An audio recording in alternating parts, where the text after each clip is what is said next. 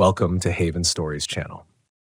The deeper you go into the woods, the quieter the world becomes. No roads, no cell service, just the sound of wind brushing through the trees and something else listening back. Most people think the forest is peaceful, a place to escape the noise of life. But once you've been out there long enough, really out there, you start to feel it watching you. There are places where sunlight never reaches, where the air feels heavy, and where time doesn't move the same. Tonight, I'll tell you 4 stories, each from those forgotten corners of the wilderness. 4 people who walked too deep and learned that some woods were never meant to be found. So settle in, turn down the lights. These are Deepwood horror stories, tales from where the forest never lets you leave the same. The first thing I remember about that weekend was the sound of the gravel road under the tires, a slow crunch that disappeared into the woods like the forest was swallowing us whole. The further we drove, the quieter it got, until it felt like the car itself didn't belong there. There was no cell signal, no trail signs, no markers pointing to campsites, just the dim green of the Appalachian woods stretching forever on both sides. I'd been camping my whole life, but something about that drive felt different. It wasn't the remoteness. It was the feeling that the world around us had forgotten to exist for anyone but us. My girlfriend sat beside me with a folded paper map in her hands, trying to trace our route, though the road we were on wasn't marked. She kept looking at me like maybe I'd taken a wrong turn, but I hadn't. I'd followed the directions exactly, or at least I thought I had. The dirt road narrowed the deeper we went, winding through a corridor of old hickories and hemlocks that pressed in on both sides. The late afternoon sun fell in fractured slants, cutting through the branches like dull blades. We'd been looking for a place to camp for 2 days, avoiding the busy state park sites, chasing that feeling of quiet solitude we used to find when we first started exploring together. There was something sacred about being alone in the woods, the way it stripped everything unnecessary away, leaving only the sound of your own breath and the rhythm of the trees. But there was a thin line between solitude and isolation, and somewhere along that road I started to wonder if we'd crossed it. We came around a bend and the forest suddenly opened up, like we'd stumbled into a clearing that didn't want to be found. It wasn't just a patch of dirt or a small pull-off, it was a full campground. Gravel pads lined in perfect circles, each with a picnic table, a fire pit made of smooth river stones, and metal posts for hanging lanterns. There was even a restroom building at the far end, made of wood and cinder block, its door slightly ajar. Everything looked new, not just maintained, new. The paint on the tables hadn't even faded yet. But the strangest part was that there was no sign, no entrance post, no number markers, no bulletin board. Just a perfectly built campground sitting quietly in the middle of nowhere. We parked the car, got out, and stood for a while, just listening. The air was heavy with the smell of wet leaves and distant rain. Somewhere deep in the woods, I heard a creak moving, slow and deliberate. My girlfriend laughed under her breath, shaking her head like she couldn't believe our luck. We walked through the sites one by one, running our hands along the smooth wooden benches, testing the water spigot that somehow worked, even though there was no visible plumbing line. The fire pits were spotless, filled with ashes so fine they looked like they'd been sifted. It felt like we were the first ones there, and yet everything had the fingerprints of use. Too neat, too lived in. That night, we set up camp under a sycamore tree near the edge of the clearing. The wind moved in soft currents through the branches, carrying the faint hiss of rain somewhere far away. The world felt strange in that kind of silence, the kind where even your own heartbeat sounds too loud. We cooked dinner over the fire, told stories, and watched the stars appear one by one through gaps in the canopy. For a while, it was perfect, the kind of peace you only get when you're far enough from anyone to remember who you are. I remember thinking that maybe we'd finally found our spot, the one we could come back to every year, the kind that stays secret no matter how many people go looking for it. But somewhere after midnight, I woke up to the sound of something moving outside the tent. It wasn't loud, just a slow shuffle, like footsteps dragging through leaves. I thought maybe it was a deer or a raccoon, so I lay still, listening. But then I heard it again, closer this time. 3 slow steps, a pause, then 2 more. The rhythm wasn't right for an animal. It sounded like someone trying not to be heard. I reached for the flashlight, careful not to wake her, and shone it toward the tent flap. Nothing. Just the faint fog rolling across the ground, the shadows of the trees swaying like slow tides. I stepped outside, feeling the cold air slide under my skin, and swept the beam across the campsite. Every picnic table, every fire pit, every gravel pad, empty. No one there. But when I turned toward the tree line, the light caught something pale for just a second, like a figure slipping behind a trunk. I froze. The forest went dead still. Then the night swallowed it whole again. I didn't sleep much after that. I kept the fire burning low until morning, half expecting to see someone watching from the woods. But when the sun came up, everything looked normal again. Bright, harmless, ordinary. The kind of morning that makes you doubt your own memory. We laughed it off over coffee, told ourselves it was probably just nerves or the shadows playing tricks. Still, before we left, I decided to drop a pin on the GPS, just to remember where we'd been. The map didn't load, but I marked the coordinates anyway, wrote them down on a scrap of paper, and tucked it into my glove box. We packed up, drove out the same way we came, and the world returned to the one we knew. Roads that showed up on maps, people at gas stations, the hum of cell signal. But something about that place stayed with me, a whisper in the back of my head that I couldn't quite shake. A few weeks later, when we told some friends about it, they wanted to see it for themselves. So we planned another trip. Same forest, same route, same pin. I remember feeling excited that morning as we drove out, like we were about to show them something rare and secret. Proof that some corners of the world still belonged to mystery. But when we reached the point where the road should have opened into that clearing, there was nothing there. Just woods. Thick, unbroken forest stretching as far as the eye could see. The road itself ended in a tangle of roots and undergrowth, like it hadn't been driven in years. We walked for hours trying to find the spot, following the GPS coordinates, but they led to nothing. Not a single sign of a campground. Not a gravel pad, not a post, not even a fire ring buried under leaves. Just untouched ground. My friend joked that maybe we dreamed it, but I saw it in her eyes. The same quiet confusion that was crawling through me. The kind that makes you wonder what's real and what's not, and whether the line between them is thinner than you thought. When we finally gave up and turned back, I looked over my shoulder one last time. For a split second, through the trees, I could have sworn I saw a flicker of something reflective, a glint like sunlight bouncing off metal. Then it was gone. Just the forest again, endless and indifferent. That night back home, I couldn't stop thinking about it. I spread the map across the kitchen table, tracing every forest road we'd taken, every bend, every turn that had led us to that place. I compared the handwritten coordinates to the topographic markers, trying to match them with something, an old service road, a forgotten trail, anything. But the numbers fell right into a blank space, a patch of green with no markings.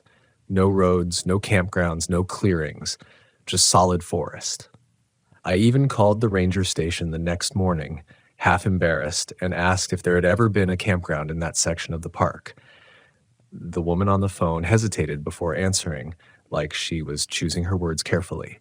She said no, not to her knowledge. That area was under restoration, she told me, off limits for at least a decade. Then she asked me where I'd gotten those coordinates. I told her we just stumbled across it. There was a pause, long enough to make me uneasy, and then she said, "You probably shouldn't go back there." Something about the way she said it didn't sound like a warning about safety. It sounded like a warning about something else.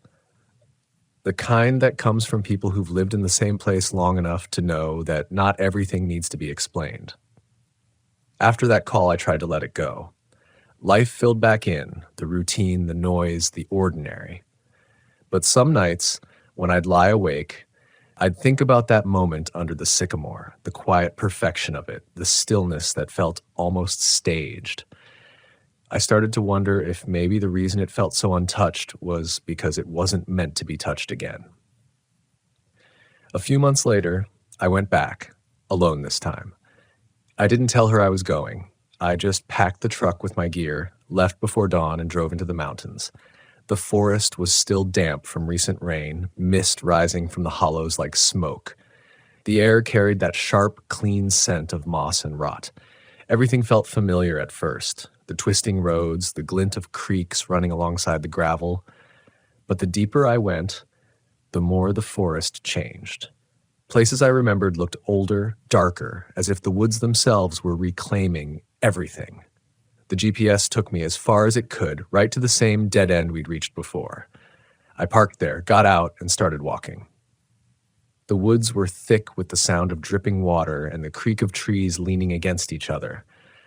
I followed the old road bed, brushing aside vines and branches, hoping maybe I'd see a trace of the clearing, the shimmer of gravel under leaves, or a line of stones marking where the fire pits had been. But there was nothing. Just wild ground and the steady murmur of a creek somewhere nearby. After about an hour, I stopped to catch my breath. The forest had gone eerily quiet again. That same pressure I'd felt before settled in my chest, a sense of being watched, not by someone, but by something ancient and patient. I turned in slow circles, scanning the woods, and that's when I noticed the ground beneath my feet. The soil there was different, flattened, darker, as though something heavy had once rested on it. I crouched down and brushed away the layer of leaves, and for a moment I thought I saw the faint outline of gravel, tiny white stones packed together like the remnants of a path. I followed it, my pulse quickening until I reached a small rise between the trees. That's when I saw the clearing again. But it wasn't what I remembered. The space was there, yes, the rough shape of it, but everything was wrong. The tables, the fire pits, the restroom building, all gone. In their place were shallow depressions, half filled with rainwater, and the rotting stumps of posts that looked like they'd been torn out decades ago. The trees at the edge were gnarled and old, their bark split and gray, like they'd been standing guard for longer than I'd been alive. I stood there trying to make sense of it.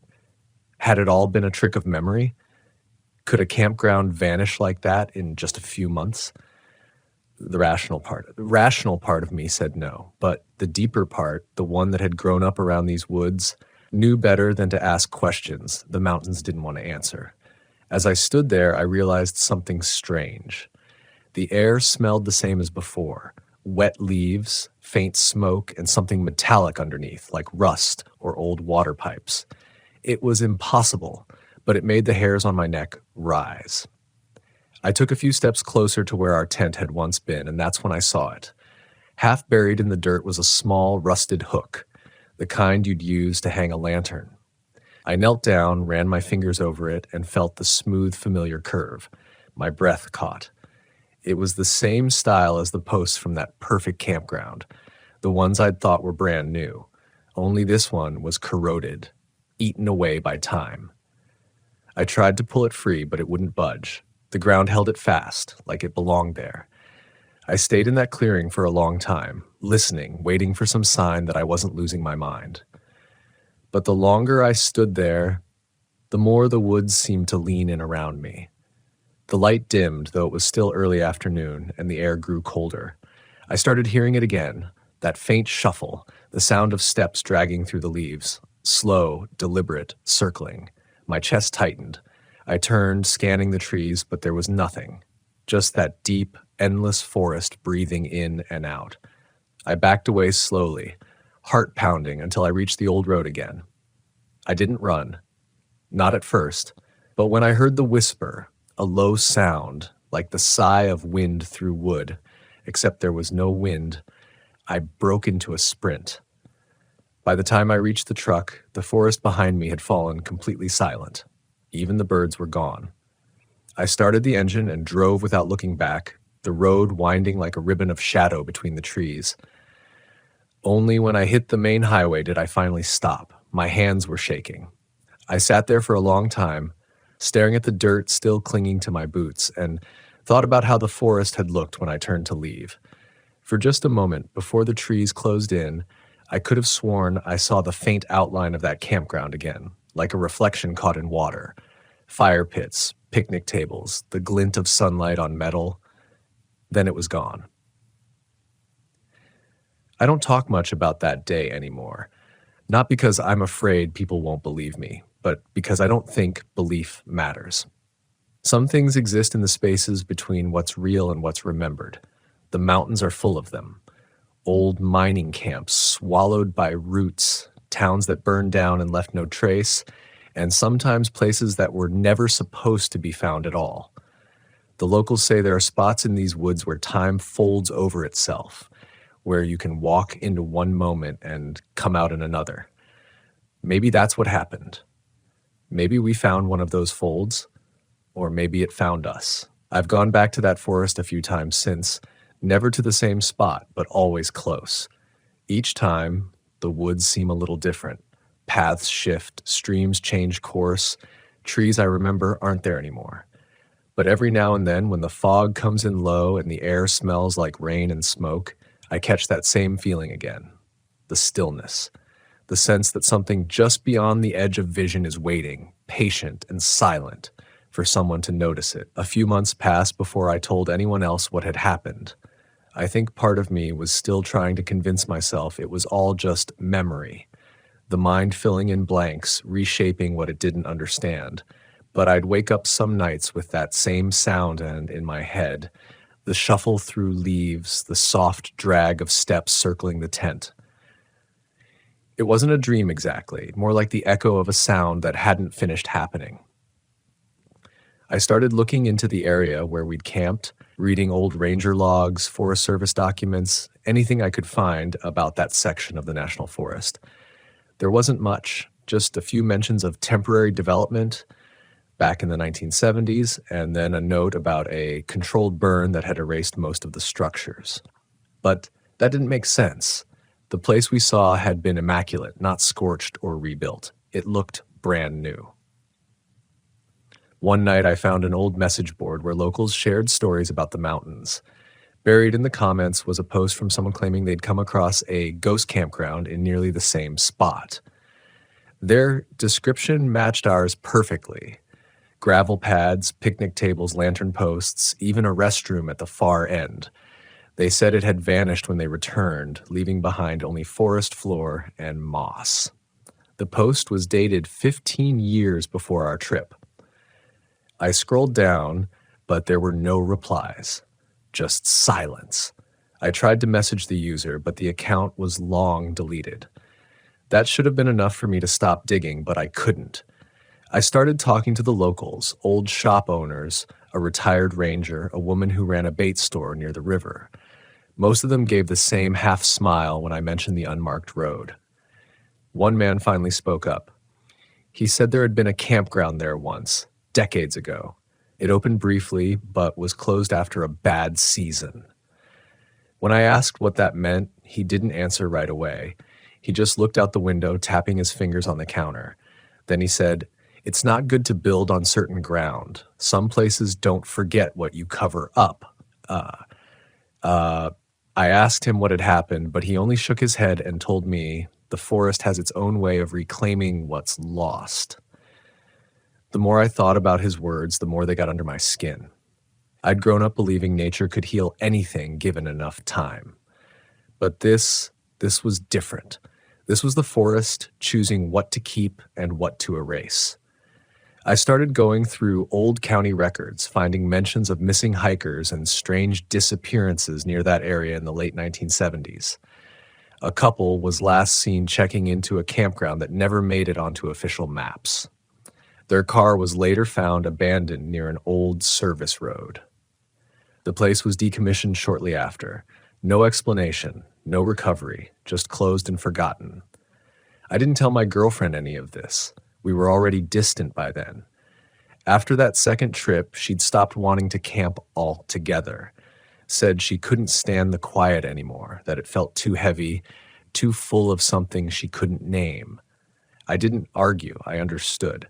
But I also knew I'd never stop wondering what that place really was, or why it had shown itself to us only once. About a year later, on a cold October morning, I decided to drive through the area again. Not to look for the clearing this time, just to see the woods, maybe get some kind of closure. The sky was pale and overcast, the kind of gray that flattens the world. The road felt smaller than I remembered, the turns tighter. I stopped at a pull-off, overlooking a deep hollow, and stepped out. The wind was sharp and thin, carrying the faint smell of pine smoke. Somewhere down below, I heard the faint trickle of water. And then, just as I turned to leave, I saw it again. It was faint. So faint I thought my eyes were playing tricks on me, but through the trees I could see the pale glint of something metallic.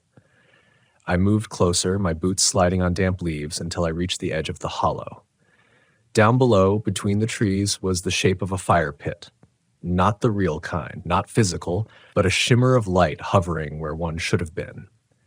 Around it, faint outlines, rectangles where tables should have stood, a low wall that might have been part of a restroom building. They flickered like reflections in rippling water. I blinked and they were gone. I stood there for a long time, staring at the empty ground. The forest was silent again, that same hollow silence that feels too thick to breathe in. I remember feeling something then. Not fear, exactly, but understanding. Like the place wasn't gone. It was still there, just not in the way we were used to seeing things. Maybe it existed in a different layer of time, caught between moments, replaying itself when the forest allowed. When I finally walked back to the truck, I saw something strange on the hood. A thin line of ash, delicate and gray, like the residue from a fire. I wiped it away, but it left a faint scent of wood smoke on my hands. The air around me was still, no campfires, no wind, nothing that could have blown it there. I got in, turned the ignition, and drove without stopping until I reached the main road.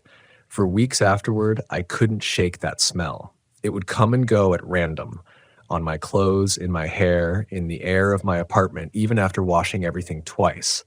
It wasn't strong, just enough to remind me that something was still attached, lingering. Eventually it faded, or maybe I stopped noticing it. But sometimes, late at night when the world is quiet enough, I'll catch it again.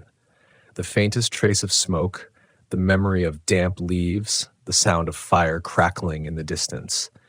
And for a moment, I'm back there, under that sycamore tree, the light of the flames reflecting off the table, the stillness so complete it feels like the forest is holding its breath. I don't know if the campground ever really existed in the way we think of places existing. Maybe it was something else entirely, something that needed to be seen once in order to remember itself.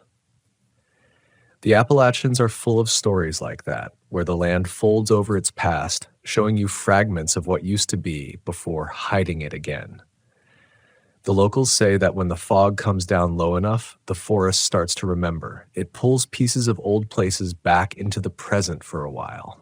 Cabins, roads, even towns that no longer exist. Then, when the fog lifts, it lets them go.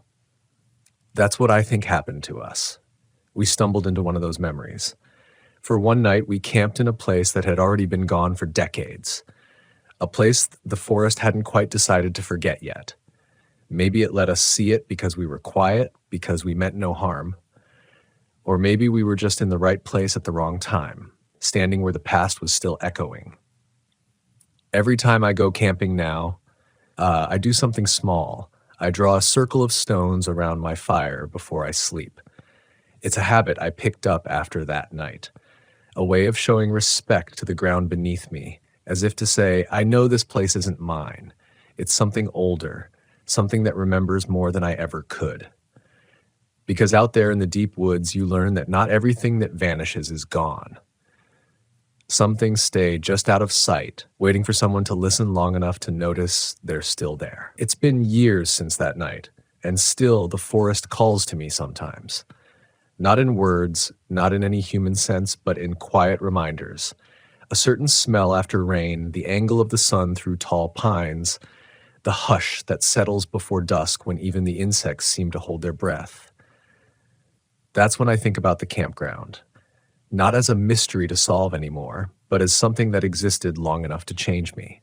Because that's what these woods do. They give and they take.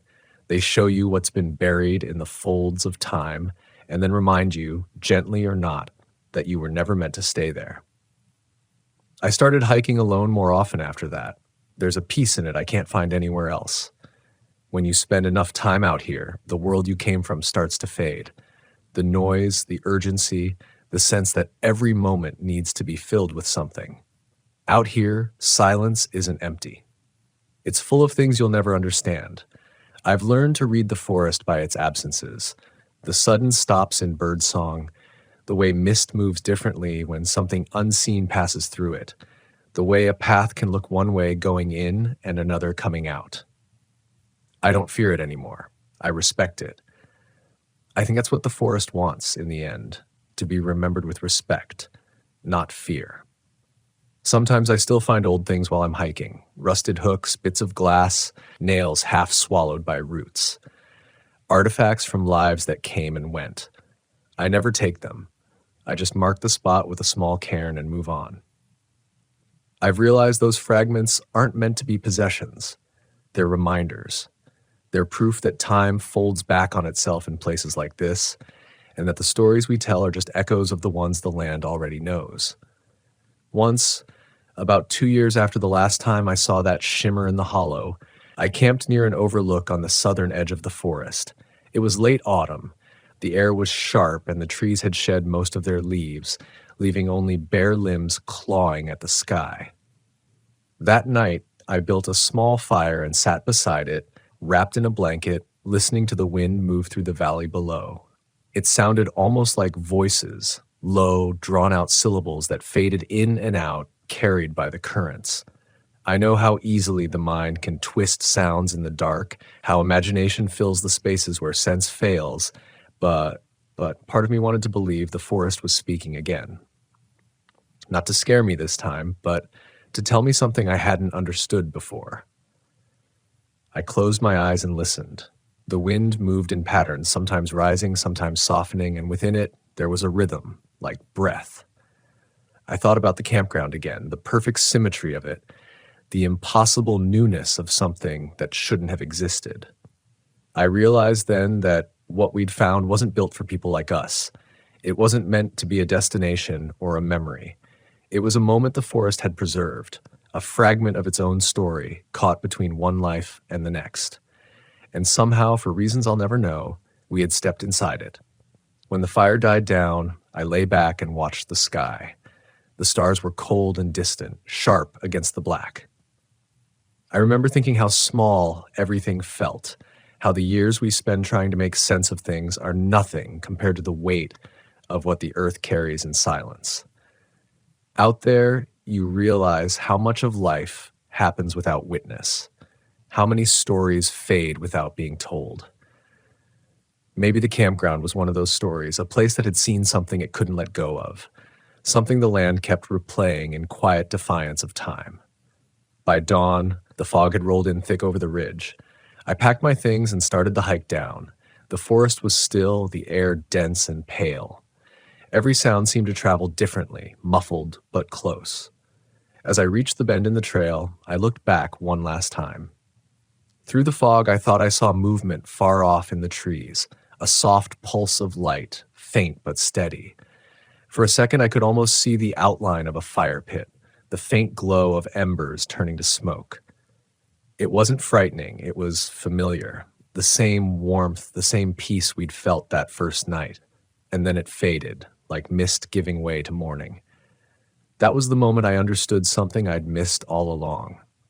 The forest hadn't been trying to scare us. It had been showing us the truth about memory.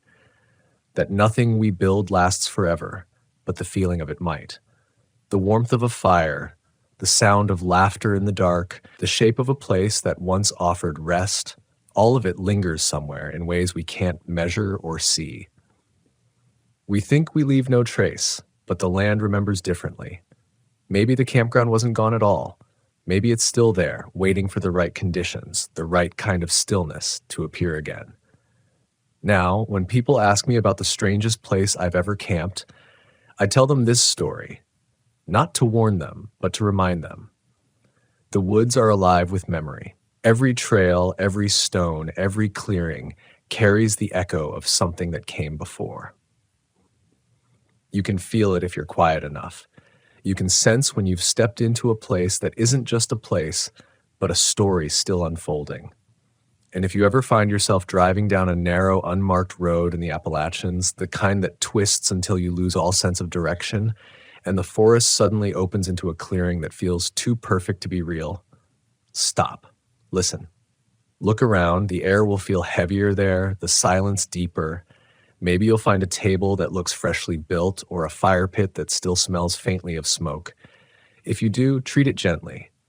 Speak softly.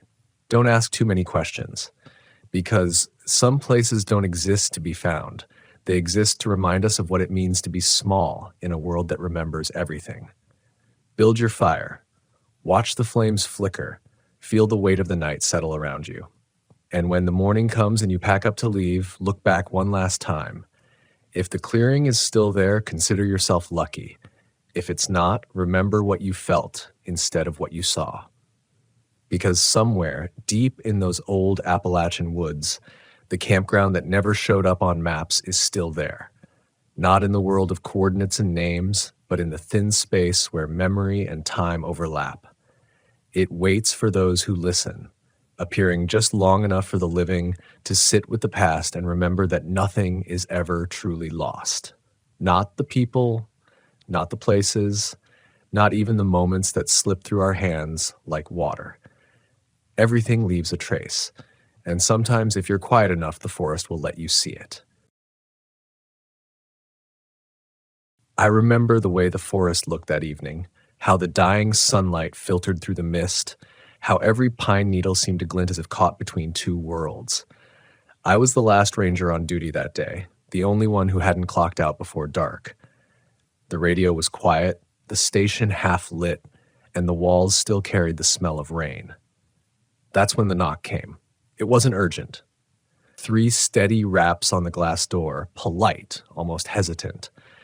I thought it might be a lost hiker or someone checking in late for a campsite. But when I stepped into the entryway, what I saw froze me in place. A man stood there in full park ranger uniform, tan shirt, green trousers, heavy belt with a brass buckle, but everything about him was wrong. The clothes were outdated, faded from a style I'd only seen in archived photos. His boots were caked with mud, so black it looked like oil, and his badge, tarnished but intact, bore a name that made my stomach tighten. Ranger William Carter. I'd seen that name before. Everyone who's worked in Olympic National Park long enough has. William Carter went missing in May of 1995 while leading a solo patrol into the Quinault backcountry. The search for him lasted 3 weeks. Dogs, helicopters, volunteer hikers.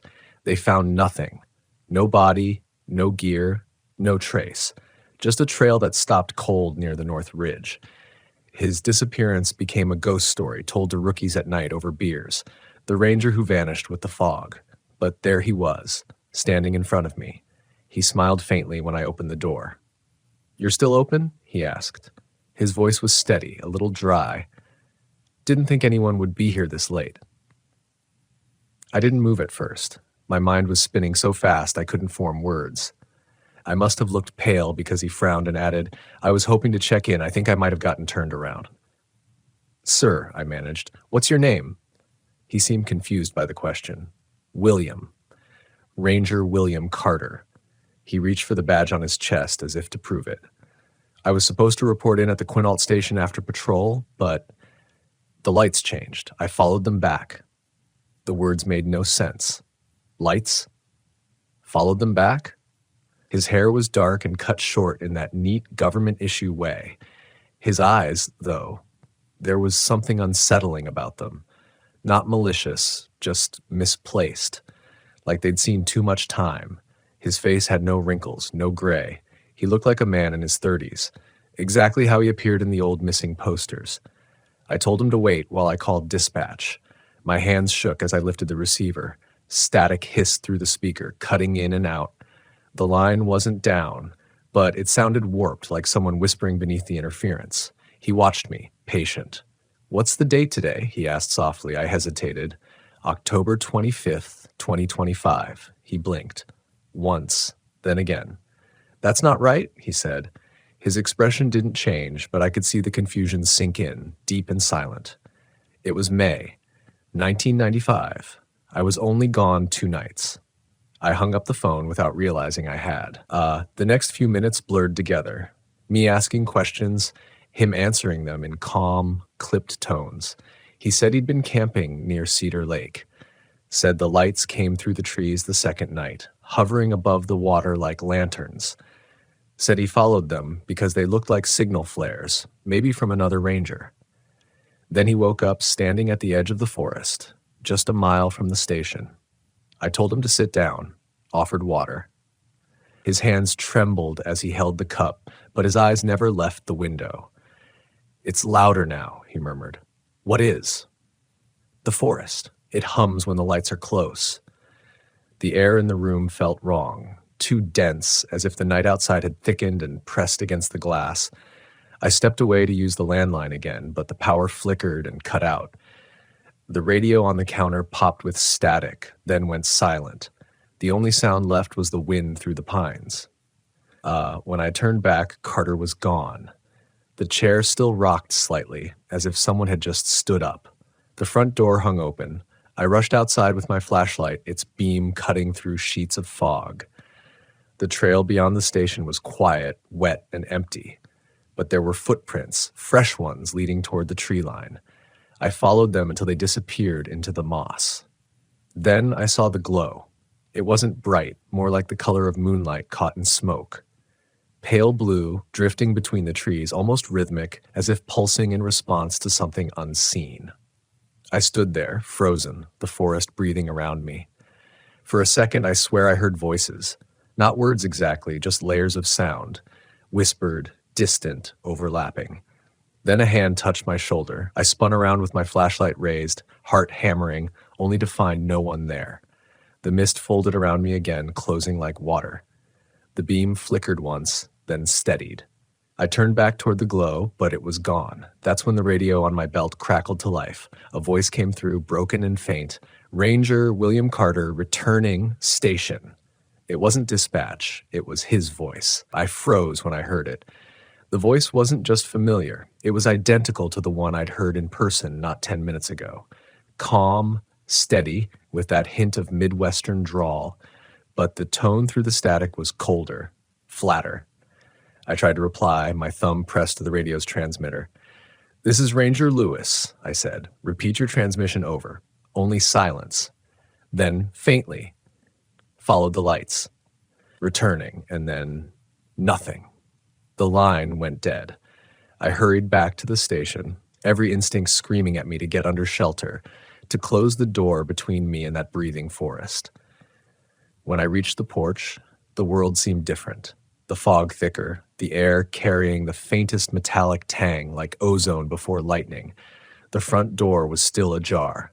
The interior lights had flickered back on. I stepped inside, shutting it firmly behind me. The ranger's chair was empty, but something caught my eye on the desk, his old patrol logbook. It wasn't there before. I recognized it immediately because I'd seen the same log in the evidence photos from his disappearance case. The dark green cover, the cracked spine, the National Park Service emblem embossed in gold. The last recorded entry was dated May 15th, 1995. I flipped it open. The handwriting was neat, disciplined, the kind of cursive men from his generation learned early. Trail clear past Cedar Lake. Animal calls minimal. Noticed unusual light pattern along northern ridge, possibly flares or storm reflection. We'll investigate tomorrow. The next page was blank. My pulse hammered as I ran my fingers along the paper. The ink was fresh, still damp. The station creaked. A subtle shift in the wood. I looked up at the wall clock. 9:47 p.m. The minute hand ticked, but the second hand didn't move. I tried the phone again. Dead. No dial tone, just a hollow hum. I grabbed the radio handset from the main console, switched frequencies, called dispatch. Nothing but static. Then, faintly, beneath the interference came a low hum. It wasn't feedback. It was deeper, layered, like a chorus breathing just beneath the static. My hand tightened around the receiver as the sound built, steady, pulsing, until it seemed to vibrate the glass in the windows. And through that hum, I heard a whisper, my name, Lewis. I dropped the receiver, stumbling back as the power surged. The lights flickered again, then steadied. The clock hand jumped, 9:48. Something was out there. I pulled my jacket on and grabbed my flashlight again, though my hands were shaking. My rational mind told me to wait until morning, to stay inside.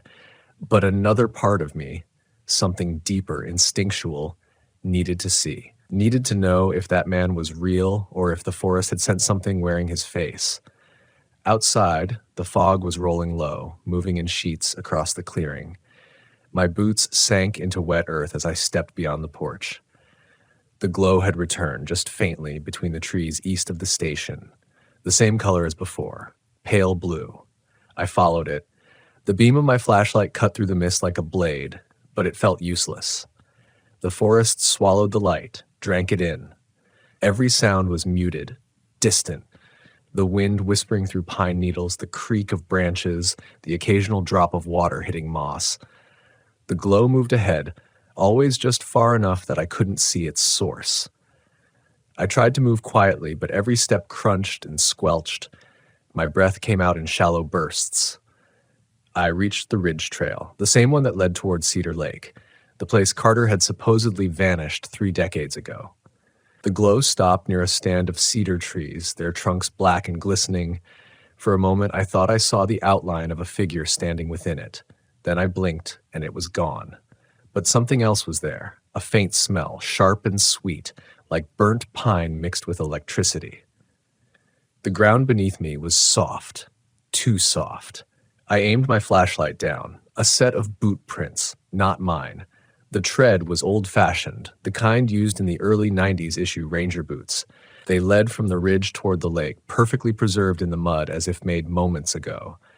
And beside them, I noticed something else.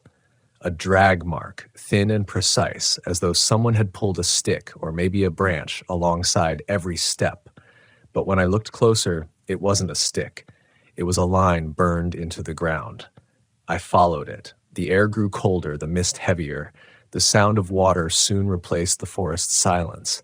I reached Cedar Lake within minutes, the surface still as glass. My flashlight beam hit the water, and I saw them. Lights.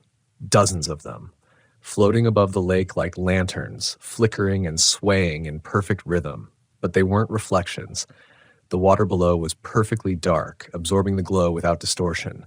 Each light hovered just inches above the surface, pulsing faintly, as if breathing. And in their reflection, I saw shapes moving beneath the water, the kind of motion that suggested people.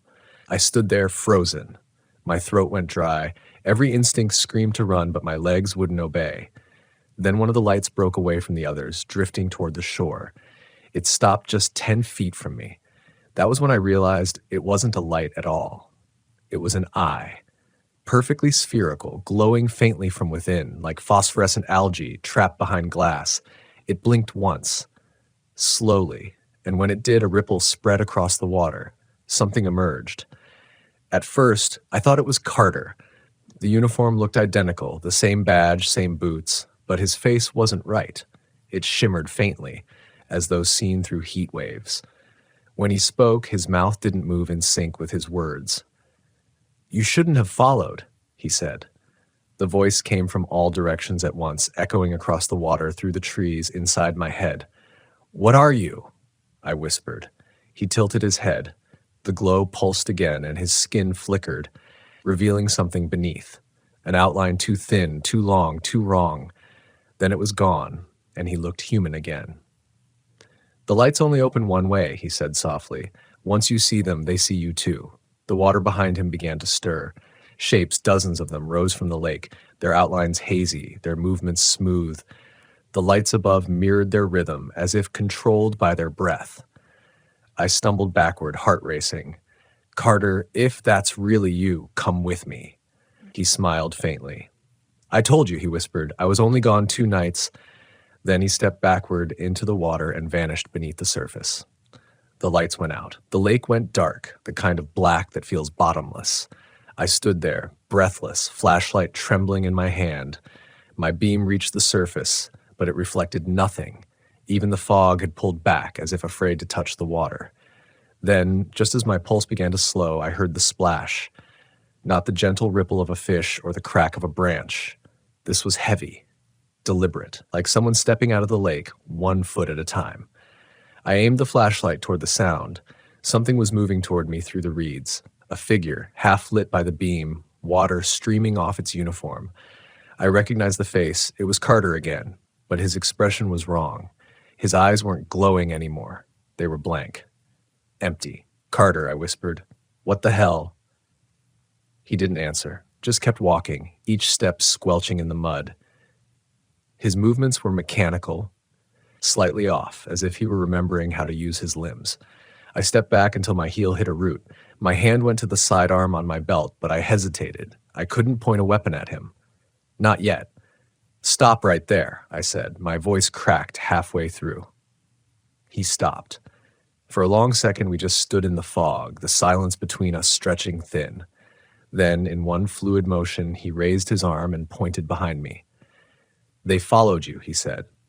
I spun around. At first, I saw nothing but trees, dark silhouettes in the mist. Then slowly, faint lights began to appear between them.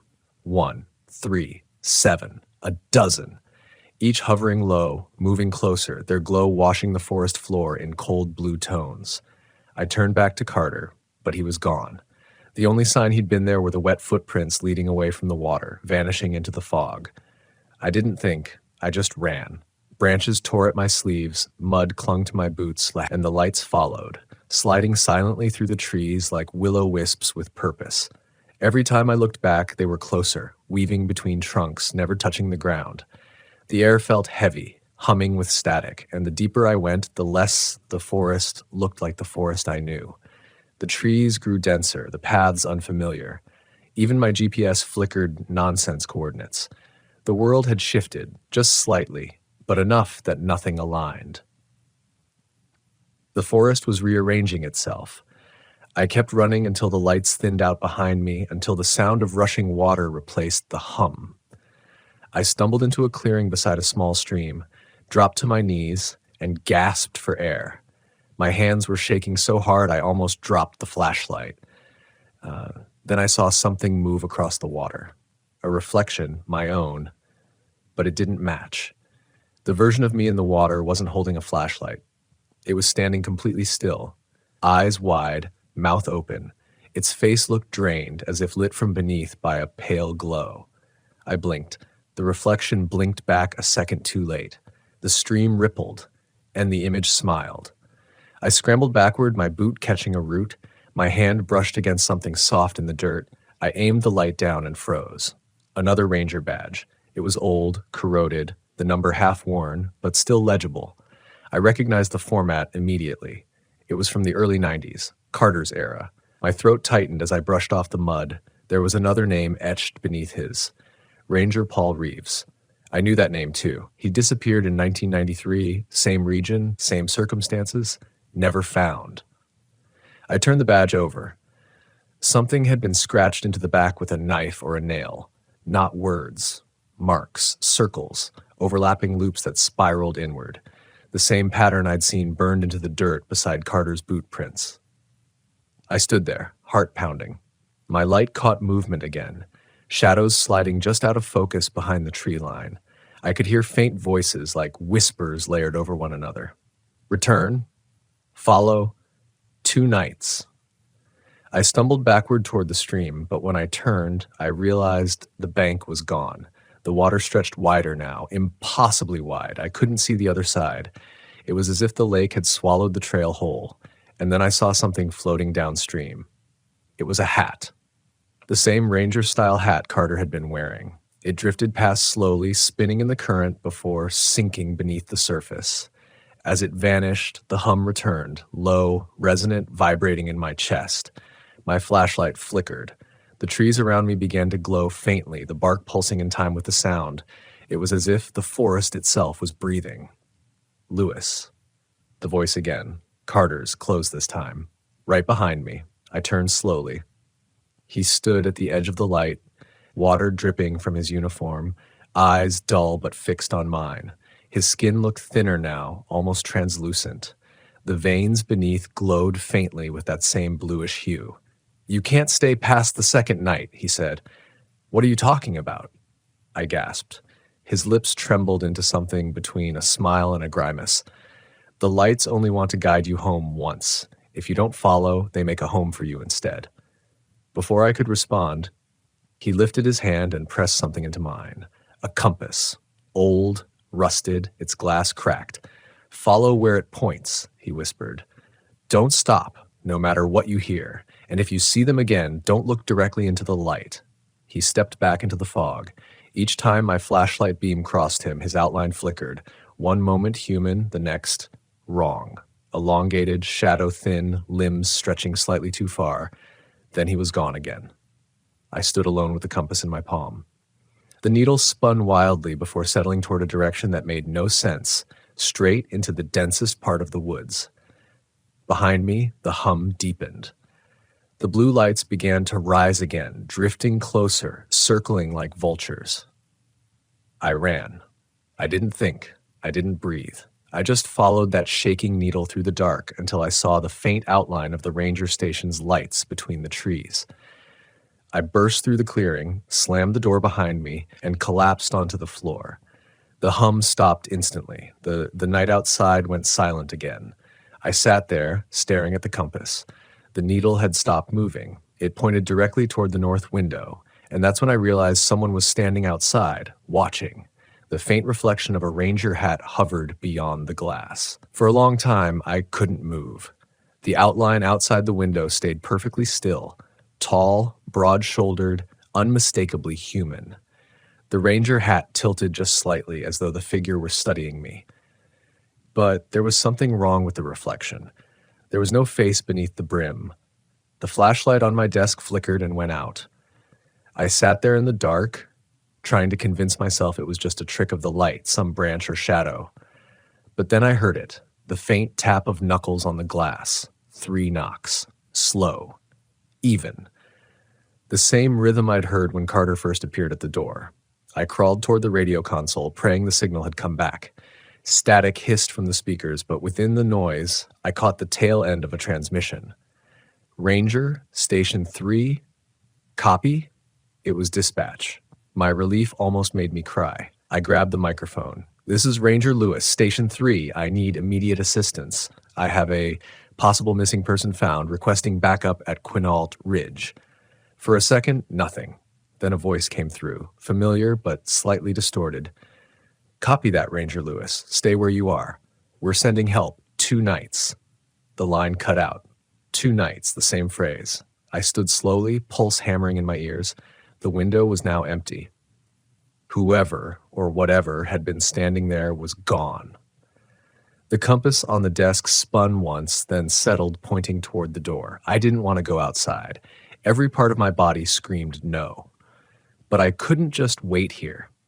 The air inside the station felt heavy, pressing against my lungs. I needed to see. I needed to know if that figure was real. I took the shotgun from the wall cabinet, standard issue meant for wildlife defense, and loaded it with trembling hands. The wood felt cold against my palms as I stepped to the door. Outside, the fog was thicker than before, swallowing the forest beyond the clearing. The station lights reached only a few yards out before fading into a wall of white. I stepped off the porch. The earth squelched under my boots. For a moment, everything was silent except for the faint hiss of rain beginning to fall. Then, from somewhere deep within the fog, came a voice. "Lewis." I spun around, shotgun raised.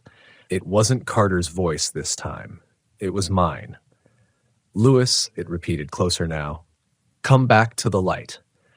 I felt something primal twist in my gut. I took a step back toward the station, but the door behind me was gone. When I turned, the building had vanished, swallowed by mist. I was standing alone in a clearing that stretched farther than it should have. The trees were wrong, too tall, too close together, their branches drooping like wet ropes. The compass in my hand began to shake. The needle twitched violently, spinning faster until it stopped dead, pointing behind me. I turned. There was a light between the trees. Not blue this time. Warm. Orange. Like firelight. For a moment I felt relief. Maybe another ranger. Maybe a campfire from a lost hiker. I started toward it slowly, shotgun ready. The closer I got, the warmer the air became, carrying the faint smell of pine resin and smoke. Then I heard breathing. It was rhythmic, deep, coming from multiple directions. Shapes began to move in the haze, silhouettes seated around the fire, heads bowed, perfectly still. I stopped at the edge of the clearing and counted 6 of them, all wearing ranger uniforms. One of them lifted his head. Even in the shifting firelight, I recognized the face. It was Carter. "Sit with us," he said gently. My mouth went dry. "What is this?" He tilted his head, the firelight bending oddly around his skin and giving his face that faint translucent sheen again. "You followed the wrong light." "I didn't follow anything," I said, stepping back. He smiled. "You looked. That's all it takes." As he spoke, the others raised their heads. Their faces were hollow, their eyes replaced by dull orbs of light that pulsed in perfect sync with the fire. Not human, but not lifeless either. Something in between. The glow from their eyes began to brighten, and the forest responded. The hum rose again, that same low resonance I'd heard by the lake. I took another step back and tripped over a root. When I hit the ground, the compass flew from my hand and skittered toward the fire.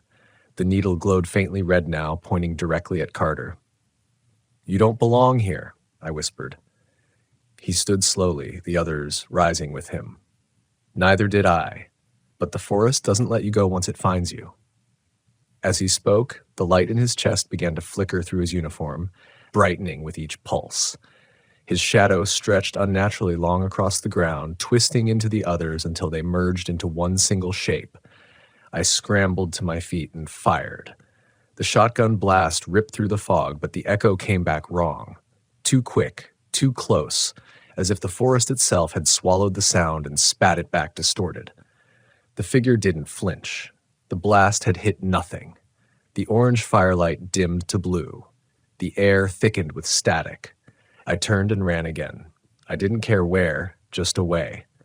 The forest bent around me, trees forming unnatural corridors. Every path looked familiar for a few seconds before twisting into something new. The compass needle spun wildly in my pocket, vibrating against my leg like it was alive. At some point I tripped again, this time over something solid. I hit the ground hard, the flashlight tumbling from my grip. Its beam caught the object I'd fallen over. A signpost. The letters were worn, but still legible. Quinault Ranger Station, 1 mile. Wow. Relief flooded through me. I could make it. I staggered to my feet, my lungs burning, my heart racing. I forced myself to move faster, ignoring the whispers that followed from behind. When I broke through the last of the trees, I saw it. The station. Lights on, door closed, safe. But as I approached, my relief froze in my chest. The glass on the door reflected my face, and behind me, standing just a few feet away, was another figure. Same height, same build, same uniform, same face. It smiled with my mouth and spoke with my voice. "2 nights, Lewis." Then everything went black. When I came to, everything was silent. Not peaceful silent, wrong silent. The kind where your heartbeat sounds too loud and the air feels like it's listening. I was lying on the station floor again. The same cracked linoleum beneath my palms, the faint smell of wood polish and damp uniforms filling my nose. My flashlight lay on its side a few feet away, the beam trembling slightly against the wall as if something had brushed past it. I tried to stand, but the world swayed. My head ached, pounding in time with my pulse. I must have blacked out, though I didn't know for how long. The clock on the wall read 9:47. Again, the same time it had frozen at earlier that night. I swallowed hard and turned toward the window. The reflection was gone. No fog, no figure. Outside, the forest looked still and ordinary. Almost too ordinary, as if it were pretending. I forced myself to the radio. Static, always static. I spoke anyway. This is Ranger Lewis at Quinault Station. If anyone can hear this, I need confirmation of contact. I repeat, Quinault Station requesting immediate response.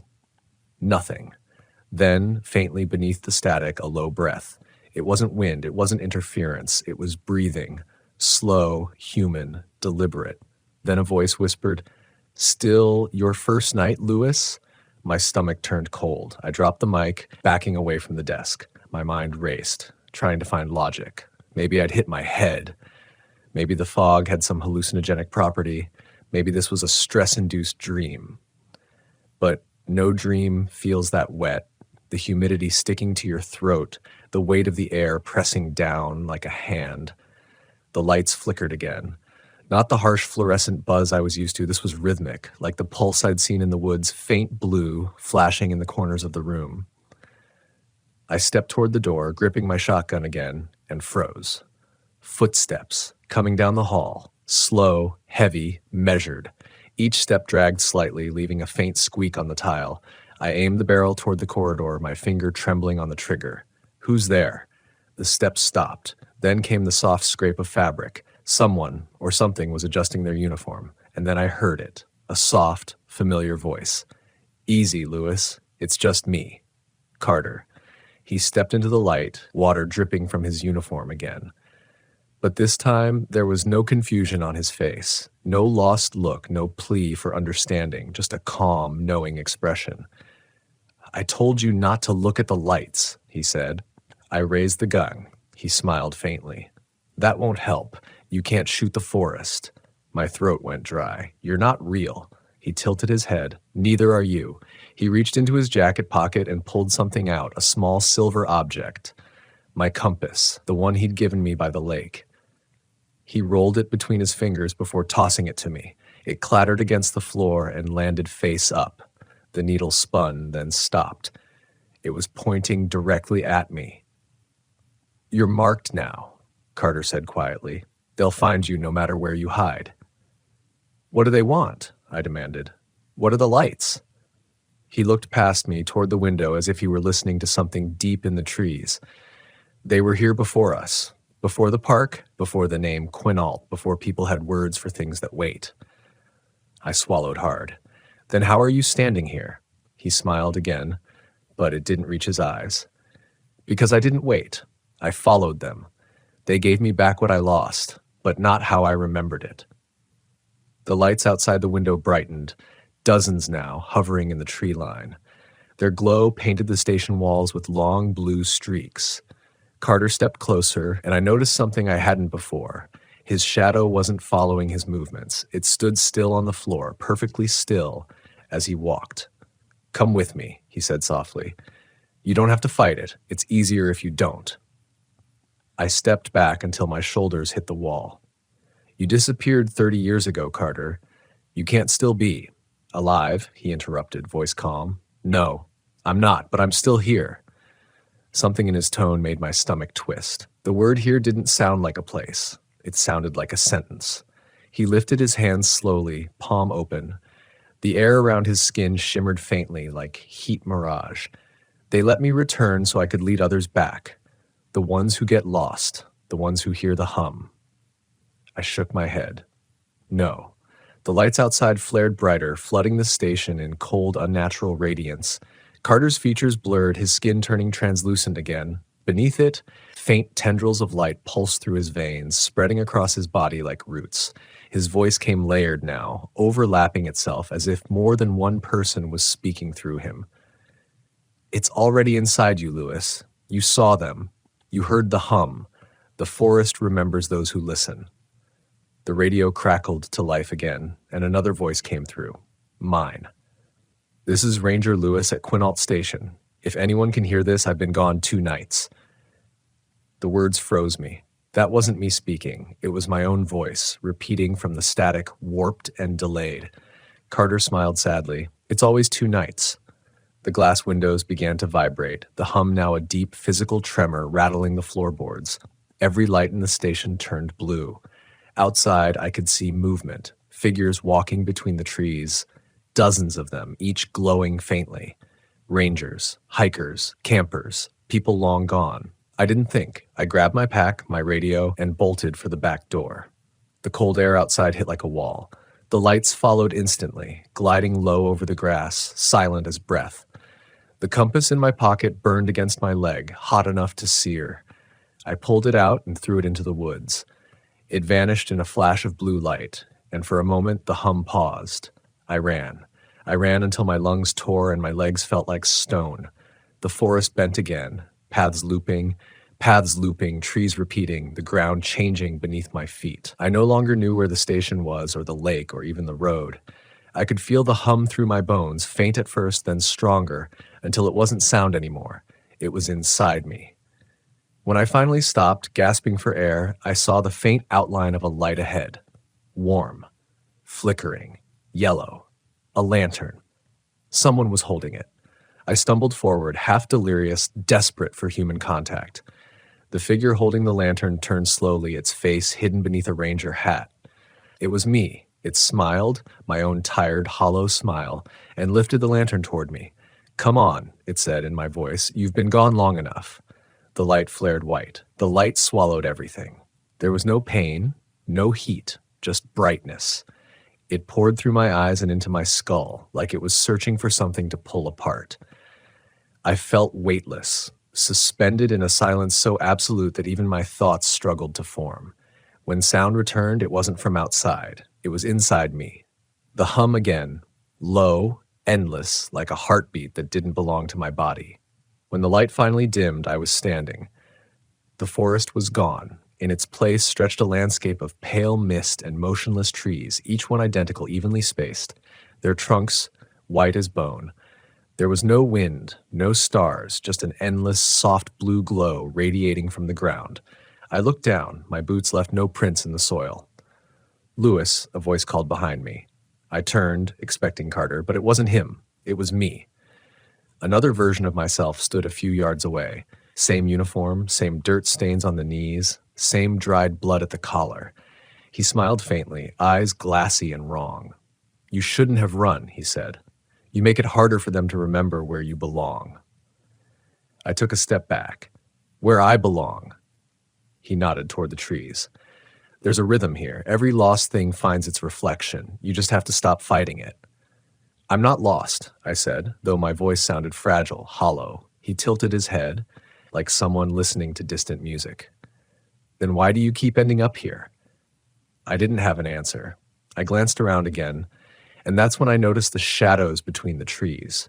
Shapes moved there, tall and thin, shifting like liquid. They didn't walk so much as drift, their limbs trailing faint light. Every few seconds, one would pause, turn its head toward me, and I'd feel that same electric pulse hum through my bones. My reflection, my other self, saw me notice. "They're trying to find you a place," he said quietly, "but you keep running from it. You need to let them finish." I shook my head. "No, I'm getting out of here." He sighed, almost sadly. "You can't leave what remembers you." Then he stepped forward, and the ground rippled under his boots like water. I raised my shotgun instinctively, though I wasn't sure it would do anything here. He stopped, expression calm. "You don't need that," he said. "It's just weight you carried from before." And then he flickered, like bad film burning through a reel. His outline blurred, and through it I saw others, faces, hundreds of them, all overlapping, rangers, hikers, campers, children, old men, all staring out through his skin for a split second before fading again. He reached out his hand. "Come back to the light." I fired. The sound shattered the stillness, echoing through the white expanse like a thunderclap. My other self vanished, disintegrating into a burst of blue particles that shimmered in the air before fading. The hum grew louder, angry, vibrating through my ribs. The ground began to glow brighter, pulsing with the same rhythm as the sound. And then, footsteps. Dozens of them, from every direction. The shadows moved toward me now, flowing between the trees, their bodies twisting unnaturally, their eyes bright and unblinking. I turned and ran. Again, because that's all I could do. The white forest blurred, stretching endlessly. Every direction looked the same. Every tree was identical. The hum followed, closer now, vibrating the air itself. My chest ached with every breath. I stumbled, fell hard, and when I looked up, there was a cabin in front of me. Small, wooden, familiar. It was the ranger station. I ran to it, threw open the door, and stumbled inside. Everything looked exactly as before: the radio, the desk, the flickering fluorescent light. But something was wrong with the air. It shimmered faintly like heat above asphalt. The clock on the wall read 9:47. I turned the dial on the radio again, desperate. Static. Then, Lewis. I froze. The voice wasn't mine or Carter's. It was new. A woman's voice, faint, shaky. Ranger Lewis, we received your message. You've been missing for 2 nights. Can you confirm location? My throat tightened. I pressed the mic button so hard it clicked. This is Ranger Lewis. I'm alive.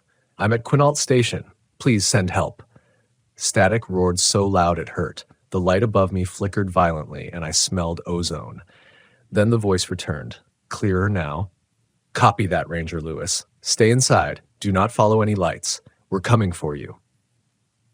For the first time in hours, or days, I didn't know, I felt a shred of hope.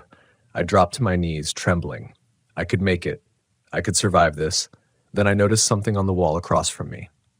A photograph. It hadn't been there before. Black and white, framed neatly, showing a group of park rangers standing outside the station. I recognized Carter instantly. But next to him, holding a clipboard, was me. I stared at the photo, unable to move. The nameplate beneath it read, Ranger Samuel Lewis, missing, 1995. The radio crackled again, the same woman's voice, but now distant, distorted. We found the station, no one inside. I turned slowly toward the window. The forest outside glowed faint blue again, the lights rising between the trees like fireflies in slow motion. My reflection in the glass didn't match my movements. It was smiling, and behind it, dozens of figures stood.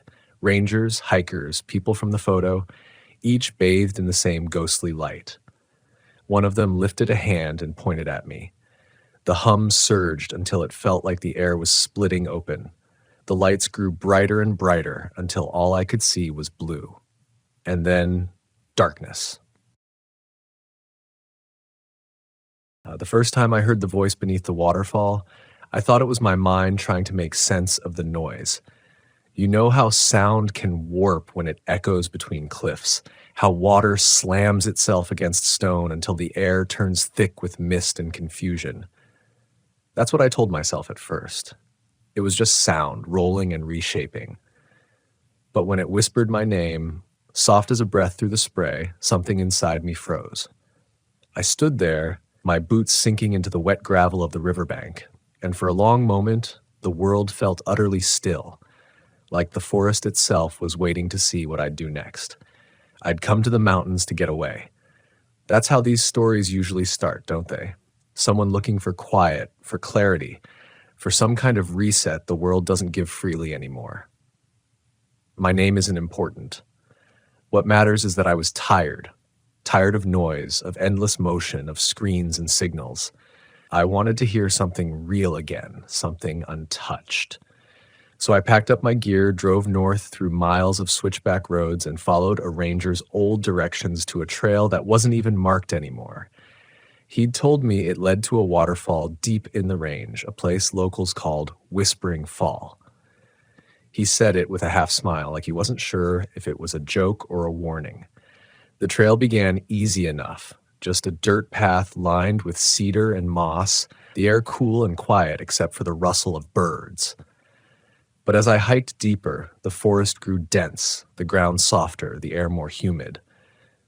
The light began to bend in strange ways, filtered through the thick canopy until everything seemed soaked in a green haze. It was beautiful, but in that lonely way only wilderness can be, where you start to feel the weight of how far you've wandered from anything familiar. By the time I reached the river, the sun was slipping low through the trees, turning the surface of the water to bronze. The sound of the falls reached me before I saw them, a low, rhythmic roar that vibrated through the ground. I remember thinking it sounded like breathing, heavy, endless breathing. I followed it upstream, each step sinking into the mud until the trees opened up and there it was, the waterfall. It wasn't massive or tall, just powerful. Water hurled itself over a lip of rock and crashed into a deep, shadowed pool below. Mist rose like smoke, clinging to my face, my clothes, even my eyelashes. The air tasted metallic, like rain against rust. I set down my pack, took off my gloves, and just listened. For a while, that was all I did. Listen. Because it was the kind of sound that seemed to fill every empty space in your head. Then I heard it. At first, it was just a shift in the rhythm, something faint beneath the crash, like a voice swallowed by the roar, struggling to be heard. I stepped closer. The mist soaked my jacket, ran down my neck. I thought maybe it was wind or my imagination filling the space between sounds. But then I heard it again, clearer this time. A whisper. My name. I remember the way it hit me, not as fear, but as recognition, like hearing someone call you from across a crowded room. I looked around, scanning the trees, the water, the rocks. There was no one, only the steady pounding of the falls. I shouted out, asking if someone was there, but my voice was eaten alive by the noise. Still, somewhere inside that thunder, something whispered again, short, clipped words that vanished as soon as they formed. I should have left right then. Anyone with sense would have turned around. But something about it didn't sound threatening. It sounded pleading. Urgent. I could almost make out the direction it wanted me to go. The voice wasn't coming from the air around me. It was coming from behind the waterfall.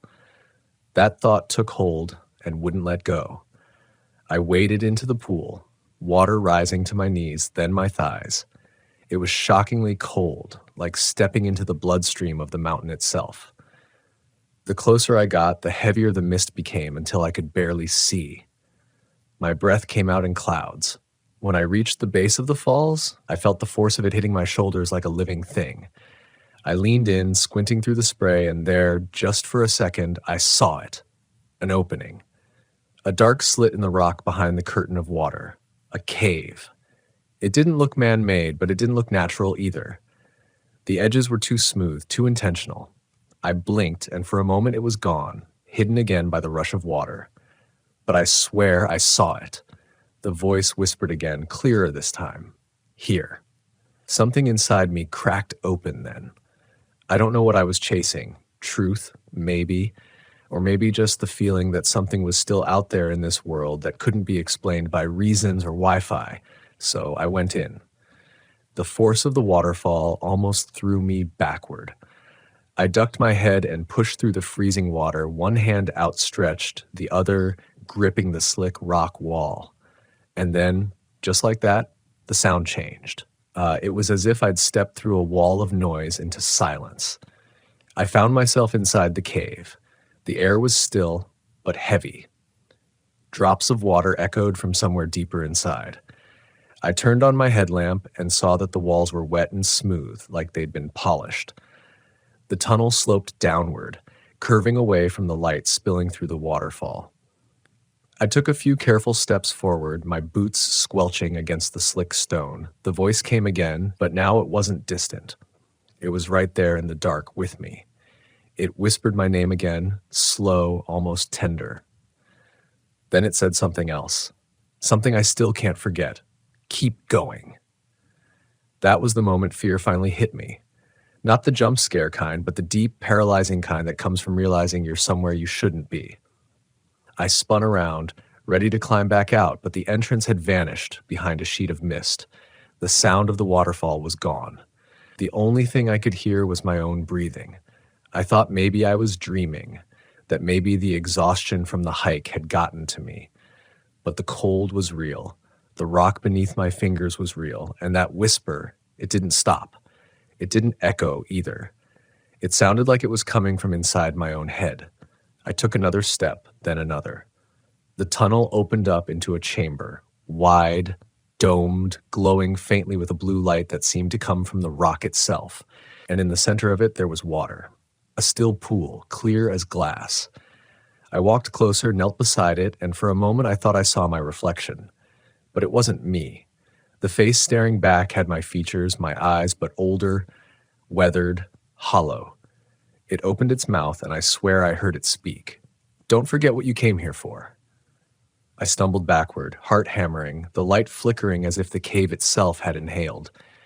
The reflection rippled, broke apart, and the voice rose again. Stronger now, overlapping whispers like 100 people murmuring the same thing in unison. My name, over and over. I covered my ears, but it didn't stop. When I finally turned to run, I found that the tunnel behind me was gone. In its place was another passage, narrower, winding deeper into the mountain. The air there shimmered like heat rising from asphalt. The voice was there too, urging me forward, promising something. Answers, peace, maybe even redemption. And even though every part of me screamed to stop, I followed it. The deeper I went, the less the cave felt like stone. The walls had a texture that almost seemed to breathe, slick and soft beneath my fingertips, pulsing faintly as if there was something alive beneath the surface. The surface. My headlamp flickered, but the faint blue glow from the walls kept me from total darkness. It was an otherworldly light, not bright, but constant, like the color of deep ocean water. My boots squelched against the damp floor, and the air grew warmer with each step, heavy with the scent of minerals and something else. Something sweet, almost metallic, like blood and rain. I told myself to stop. I said it aloud, just to hear my own voice again, to prove it still belonged to me. But the voice that answered wasn't mine. It came from ahead, echoing softly through the tunnel. My name again, drawn out in that same breathy tone. Then words that sounded like directions. Left, it whispered. Then down. I froze. There was no left turn visible. The tunnel looked like it ended in solid rock. But as I stepped closer, the wall shimmered. I reached out and my hand passed through it, just slipped right in, like pushing through fog. My pulse hammered in my ears, but curiosity, no, something stronger than curiosity, drove me forward. When I stepped through, the world changed. The air thickened. The sound of water returned, but it wasn't crashing anymore. It was flowing, steady, deliberate, somewhere deep below. I realized then that the voice wasn't behind me or ahead of me. It was all around me, woven into the sound of the moving water itself. Every ripple, every drop, carried something like speech. I followed the flow downward, through a narrow corridor that twisted so much I lost any sense of direction. My compass needle spun uselessly, dancing in place like it was caught in a magnetic field. My GPS had died hours ago. I was alone, if alone was even the right word for it.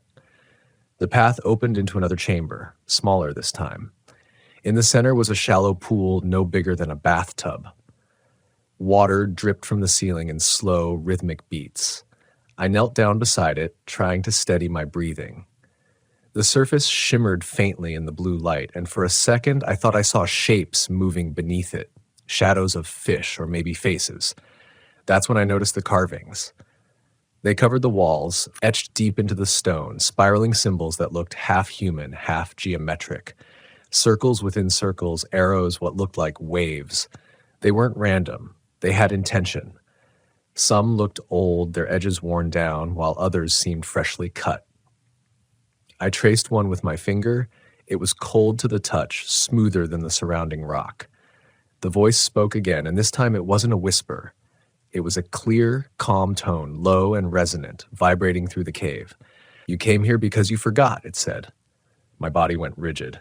My first instinct was to deny it, to shout that I hadn't forgotten anything, but the truth is I didn't even know what it meant. "Forgot what?" I asked. My voice came out smaller than I intended, swallowed by the cave. There was silence. Then, faintly, the sound of dripping stopped. The stillness was absolute. The air felt charged, like right before a storm. And then, softly, the voice answered, "Your promise." The word hit me like a blow. I don't know why. It shouldn't have meant anything. But it stirred something deep. A flicker of memory I couldn't quite catch. A flash of water, someone's hand slipping out of mine, a scream. I shook my head, trying to steady myself. My chest felt tight, my breathing shallow. The pool rippled. I hadn't touched it, but waves spread outward, distorting the blue reflection of the cave ceiling.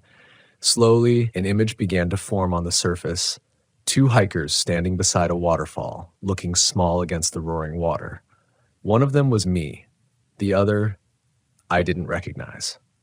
She looked young, maybe mid-20s, with a red jacket and dark hair tied back. She was smiling, holding out her hand toward me. I watched as my reflection took it. Then the scene shifted. The woman slipped on the wet rock, her hand ripped from mine, and she fell. I saw her body vanish into the white torrent below. I saw myself shouting, running, searching. Then the image dissolved, leaving only ripples and the faint echo of her name, something I didn't remember until that moment. Hannah. It came back all at once.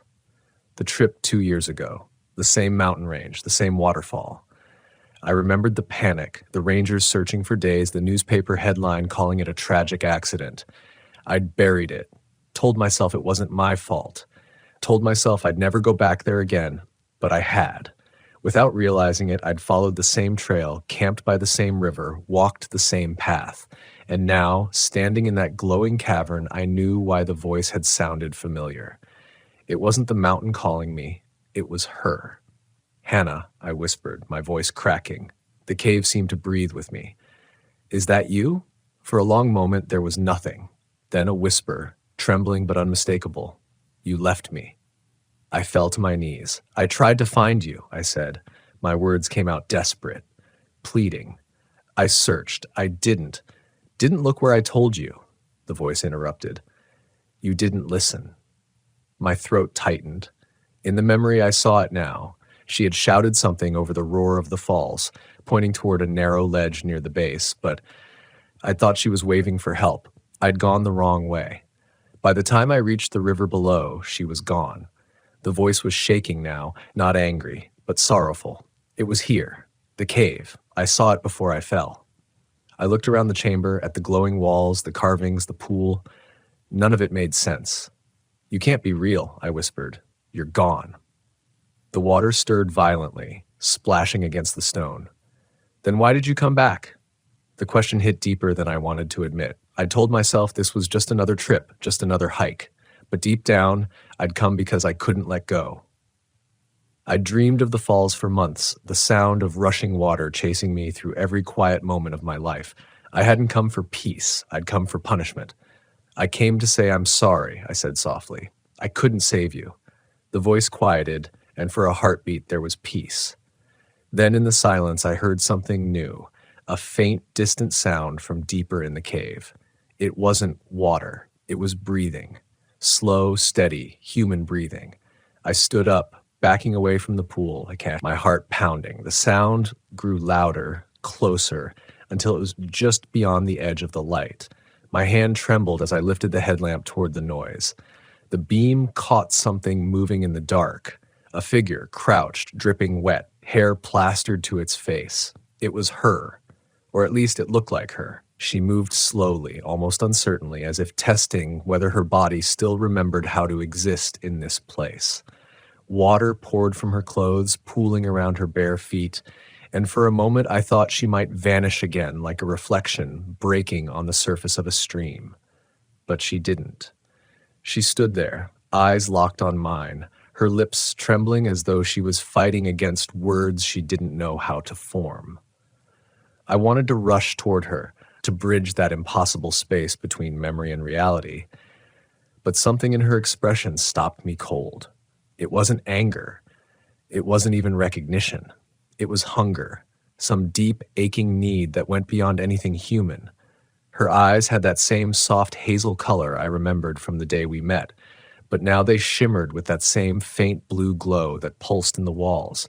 They caught the light in an unnatural way, reflecting it rather than absorbing it. I whispered her name again, and the sound came out cracked and uncertain. Hannah. She tilted her head slightly like an animal hearing a distant sound. Then she smiled, a small broken curve of her lips that made my stomach twist. You heard me, she said. Her voice wasn't echoing anymore. It was here, real, in the space between us. You finally heard me. I took a step forward, the air tightening around me. How are you here? I asked. She blinked slowly, her expression unreadable. I've always been here. You just stopped listening.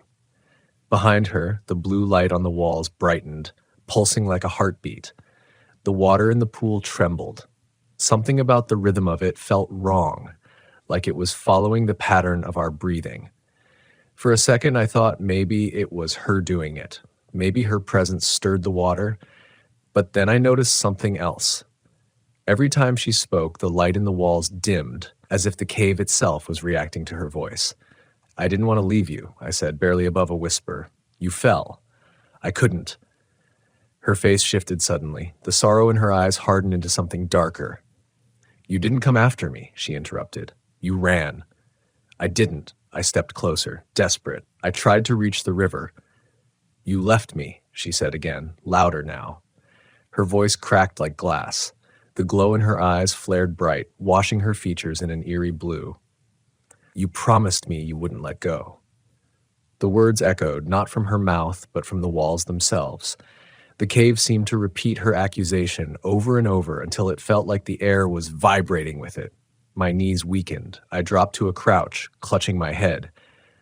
"I didn't let go," I shouted, though even as I said it, I wasn't sure I believed it. Then through the chaos, I felt it, the faintest touch against my shoulder. Her hand. Cold as the waterfall, but steady. The noise stopped instantly. When I looked up, she was kneeling in front of me, her face close enough that I could see every droplet of water trembling on her skin. "You came back," she said softly, her voice smaller now, fragile. "You can still make it right." The way she said it sent a chill down my spine. "Make what right?" Her hand slid down to mine. It was ice cold, yet there was strength in it. "Follow the water," she whispered. "It's not done with you yet." Before I could respond, she turned her gaze toward the far side of the chamber. I followed it and saw another passage I hadn't noticed before, narrow and slick with flowing water. The stream from the pool fed directly into it, vanishing into the dark. "Hannah," I started, but when I looked back at her, she was gone. The ripples in the pool were the only trace she'd been there at all. My heart was hammering, my breath uneven. Every rational part of me screamed to turn back, to climb out of that cursed place and never look behind me. But her voice lingered in my head, steady, pleading. "Follow the water." I stepped into the stream. The cold bit into my skin, but the current was shallow enough to walk through. The tunnel was narrow, the ceiling low enough that I had to duck in some places. The walls glowed faintly as I moved, like veins of light guiding me deeper.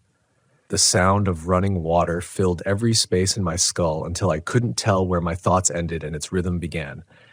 Minutes, or maybe hours, passed before the tunnel widened again. The air here felt different, heavier. I could see faint streaks of light on the far wall, shifting like reflections from an unseen source. As I stepped forward, the ground beneath me changed texture, from smooth rock to something rougher, more natural. Pebbles. Sand. Then I heard it again, the waterfall. The sound was softer this time, as if I was hearing it from the inside. The tunnel opened into a vast cavern, and high above me a column of water poured through a crack in the ceiling, crashing into a pool that glowed with that same blue light. Mist drifted in slow spirals across the surface, but what caught my attention wasn't the water. It was what lay beyond it. On the far side of the pool, carved into the rock wall, was a doorway. Perfectly square, perfectly smooth, impossibly precise. It looked ancient, but it didn't belong there. Every instinct told me it was wrong, too exact, too deliberate.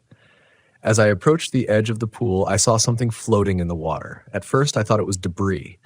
Then it moved, and my stomach dropped. It was a backpack, a red one, just like hers. I dropped to my knees, reached out, and pulled it from the water. The zipper was rusted, the fabric torn, but when I opened it, I saw something that made my chest tighten. A photograph, faded, water-stained, but still visible. Me and her standing in front of the same waterfall 2 years ago. We were smiling, arms around each other. The picture trembled in my hand. My fingers were shaking so hard I could barely hold it. I could hear my heartbeat in my ears, could feel the weight of the mountain pressing in from all sides. "Hannah," I whispered, "what do you want from me?" The water answered with a whisper. Not a voice this time, but a pattern, a pulse that rippled across the surface, rhythmic, deliberate. I realized then that it wasn't random. It was Morse code. I leaned closer, counting each ripple, each pause, each movement. My brain raced to translate the message, though part of me already knew what it would say. When the final pulse faded, the meaning hit me like a blow. Come home. The light dimmed. The air went still.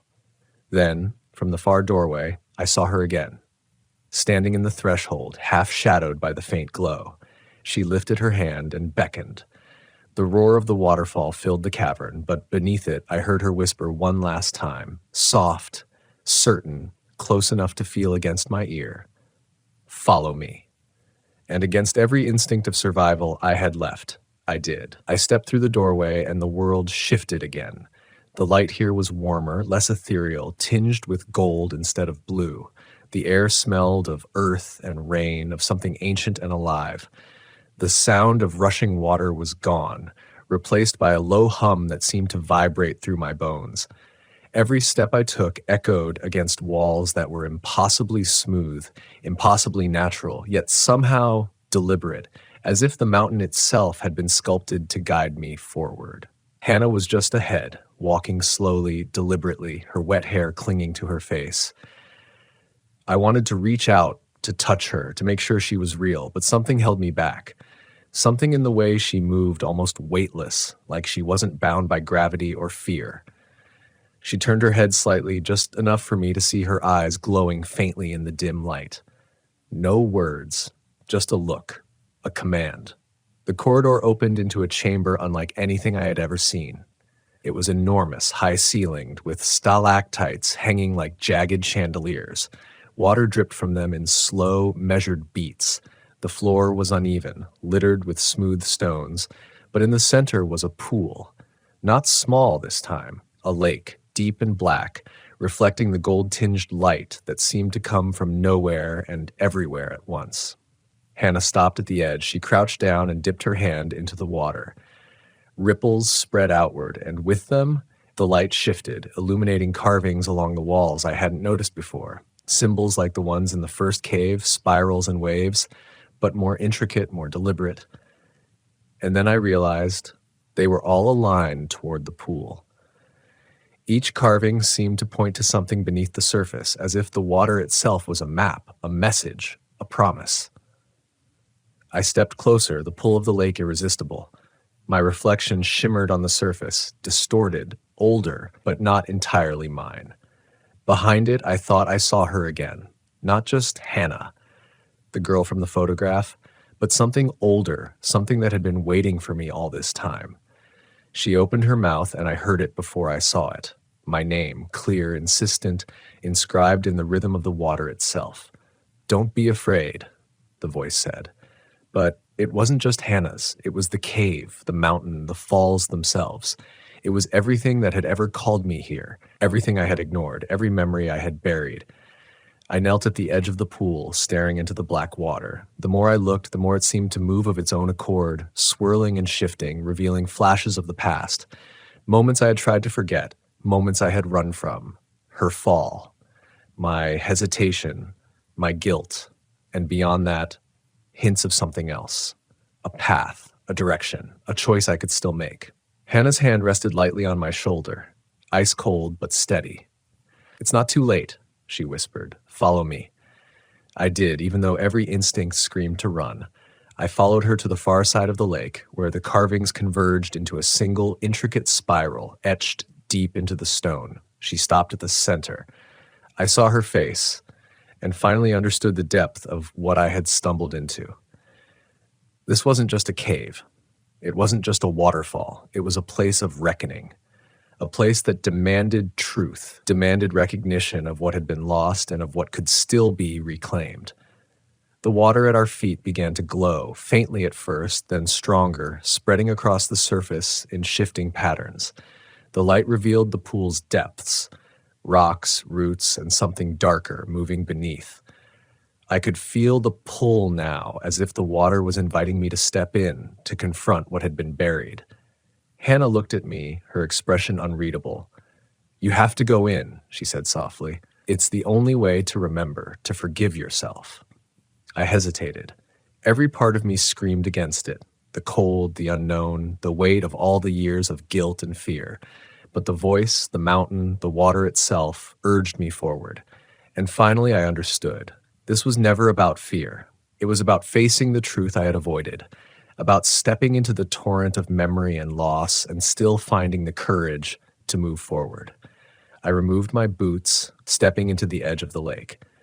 The water was shockingly cold, numbing my feet instantly. I took another step. The surface rippled, carrying my reflection with it, showing me not just the face I knew, but the weight I carried, the moments I had avoided. I saw her there, every time she had reached for me, every time I had faltered. And I realized, with a clarity that shook me to the bone, that I'd been running from her, from myself, for far too long.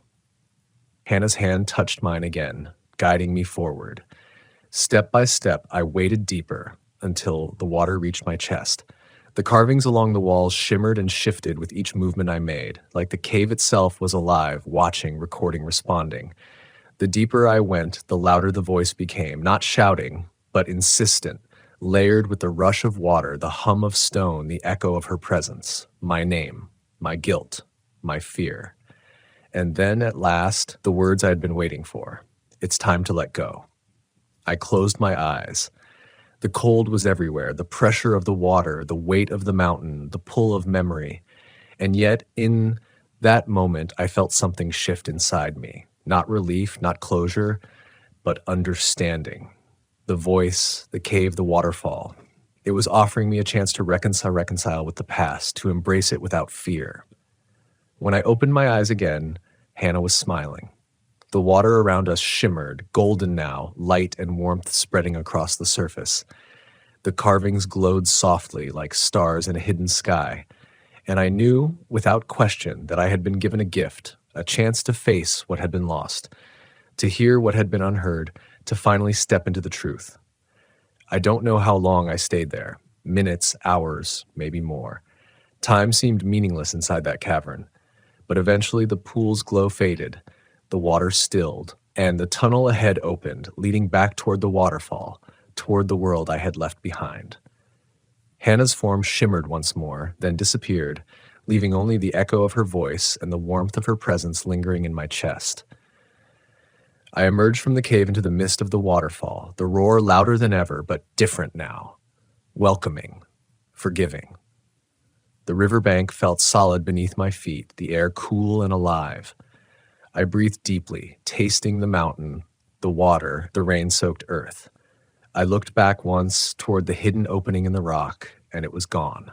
No cave, no tunnel, just stone, moss, and the relentless cascade of water. But I knew it was still there, and I knew she was still there in some form, in the memory of the falls, in the echo of the water, in the quiet spaces of the world that only those willing to listen could ever hear. I left the forest that day not just changed, but awakened. The mountains no longer felt like obstacles or escapes. They were teachers, witnesses, and sometimes merciless guides.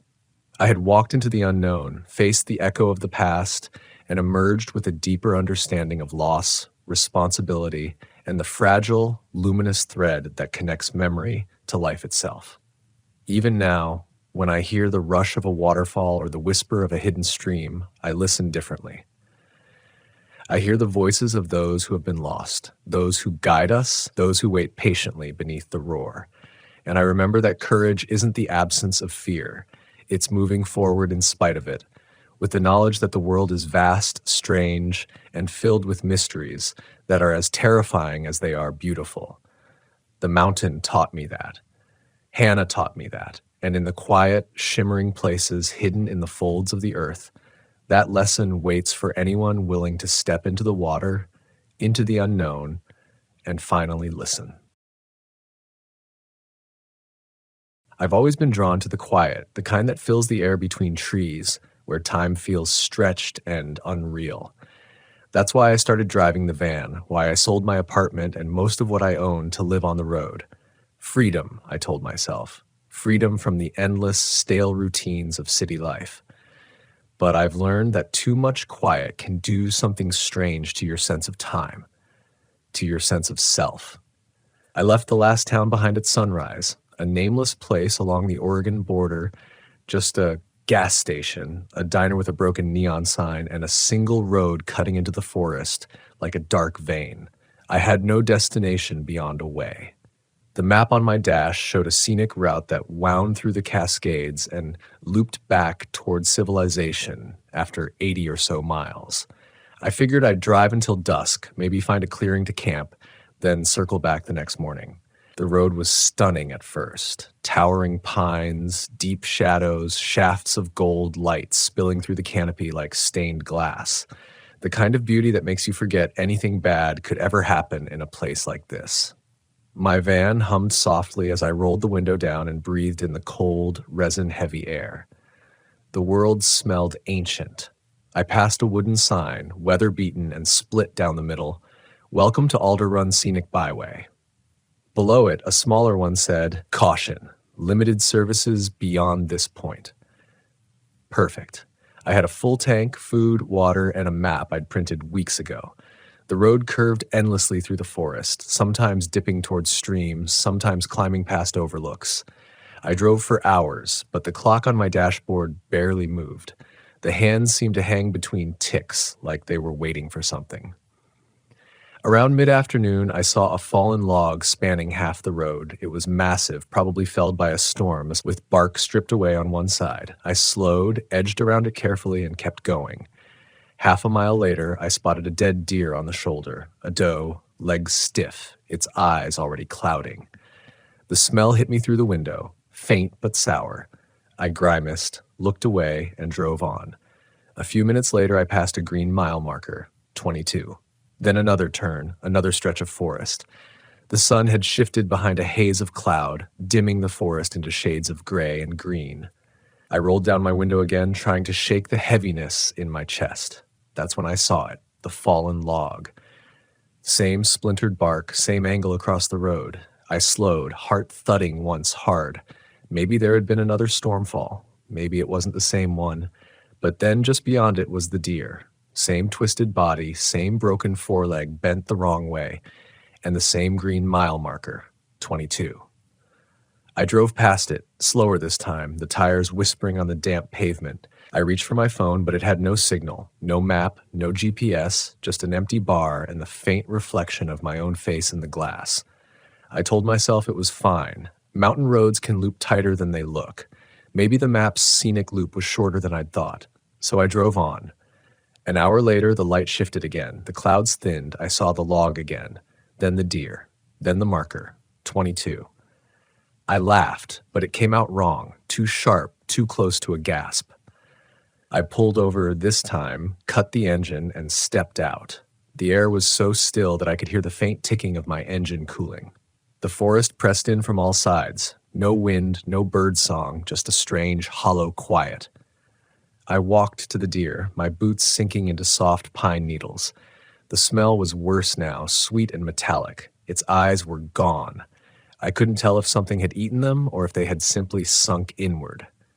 I crouched and ran a hand over the mile marker's paint. The number was carved into it, not printed, and deep grooves cut through the green metal as though someone had clawed it. When I climbed back into the van, my reflection in the windshield seemed wrong. For a moment, it looked like I hadn't moved at all. Same light, same shadows. I drove on, refusing to stop. Half an hour later, the same log, the same deer. I slammed the brakes this time, my breath quick and shallow. I reversed, spun the wheel, turned back the way I came. The road unwound through the trees exactly as I remembered. Relief started to rise, until the curve ahead opened up, revealing the fallen log again. I stopped dead. The forest around me was identical in every direction. No crossroads, no tire tracks besides my own. I checked the fuel gauge. It hadn't moved. Still full. That was when I first noticed the sound. A soft humming, almost below hearing. Not mechanical, organic, like wind through glass or a voice beneath water. It came from everywhere at once, vibrating in my teeth. I turned off the ignition. The sound stayed. My skin prickled. I sat there gripping the wheel, telling myself I just misjudged the road. I'd find my way out in the morning. But the sun wasn't moving either. It hung just above the trees, gold and dying, like it had been caught in a photograph. The world was a loop, I thought, A single moment stretched thin enough to drive through. Still, I drove again and again. By the third pass, I stopped counting the logs. I started talking aloud to break the silence, telling the empty van stories about my old life, the things I used to care about, anything to remind myself I existed outside this loop. But when I glanced in the rearview mirror, sometimes I caught glimpses of movement in the road behind me, shapes walking between the trees, and each time I looked back, the deer seemed a little closer to the van. I tried not to look directly at it anymore. The deer. Every time I passed, I kept my eyes on the road ahead. But even when I didn't look, I knew it was changing. The smell followed me, seeping through the vents. It was like the scent of wet copper, sweet rot, and rain-soaked soil crawling under my skin until I could taste it in the back of my throat. The loop had no seams. I could have been driving for hours or days. The light never shifted.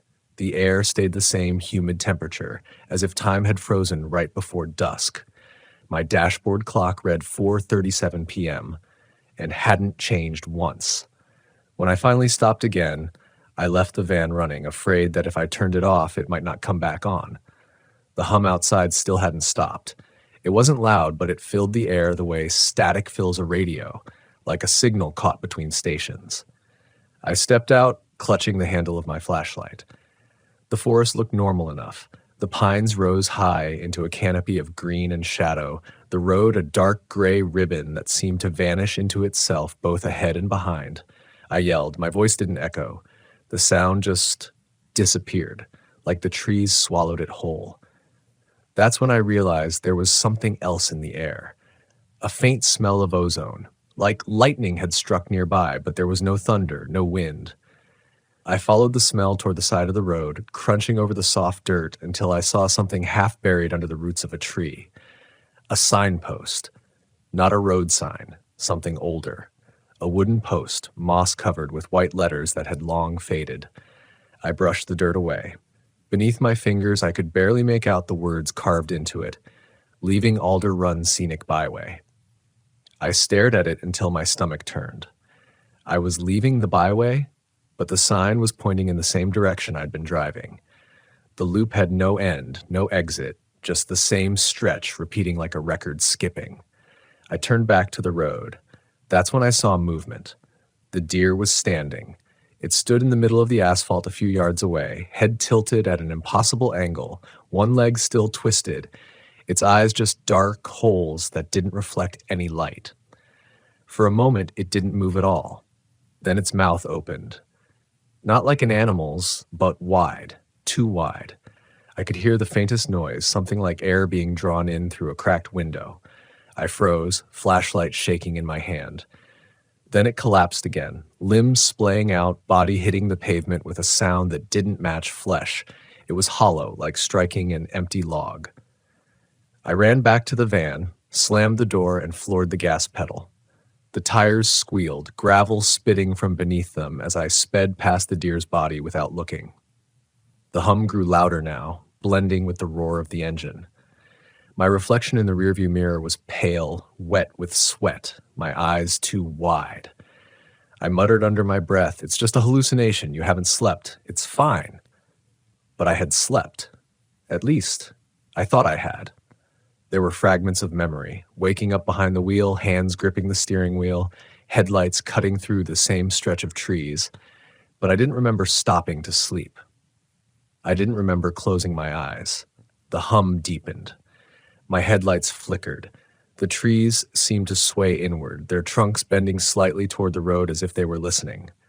The log appeared again, the same curve, the same chipped bark. But this time there was something carved into it.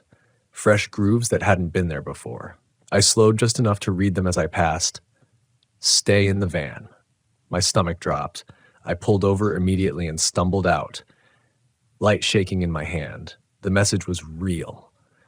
The wood was freshly carved, splinters still curled at the edges. I didn't write it. I couldn't have. Something in me broke then, something small but essential. I backed away, whispering to myself over and over, "You're not losing it. You're not losing it." But the forest didn't care what I told myself. It was listening. A sound broke through the hum then, a faint rustle like dry leaves shifting. I swung the flashlight toward the trees, and for a split second, I saw eyes. Not glowing animal eyes. Not reflections. Just eyes. Dozens of them, embedded in the bark like knots, staring. I screamed, stumbled backward, and dropped the flashlight. The beam spun wildly across the ground before dying. I sprinted for the van and slammed the door shut, locking it twice, even though that felt meaningless. My heart hammered in my throat as I jammed the key forward. The van started instantly, its engine purring like nothing had happened. When the headlights came on, the forest looked empty again. No eyes, no movement, just the same silent trees. I sat there for a long time, staring at the dash. The fuel gauge still hadn't moved, still full. My hands trembled as I reached for the ignition again, but something in me resisted the idea of turning it off. I decided to drive until something changed. Hours later, if hours meant anything, I noticed another difference. The air grew colder. The light dimmed, though the sun was still frozen above the trees. And as the road curved, I saw a new shape in the distance. A van. White. Parked on the shoulder facing me. Its headlights were off. Its windows were tinted black. For the first time since I'd entered the loop, there was something new. Something human.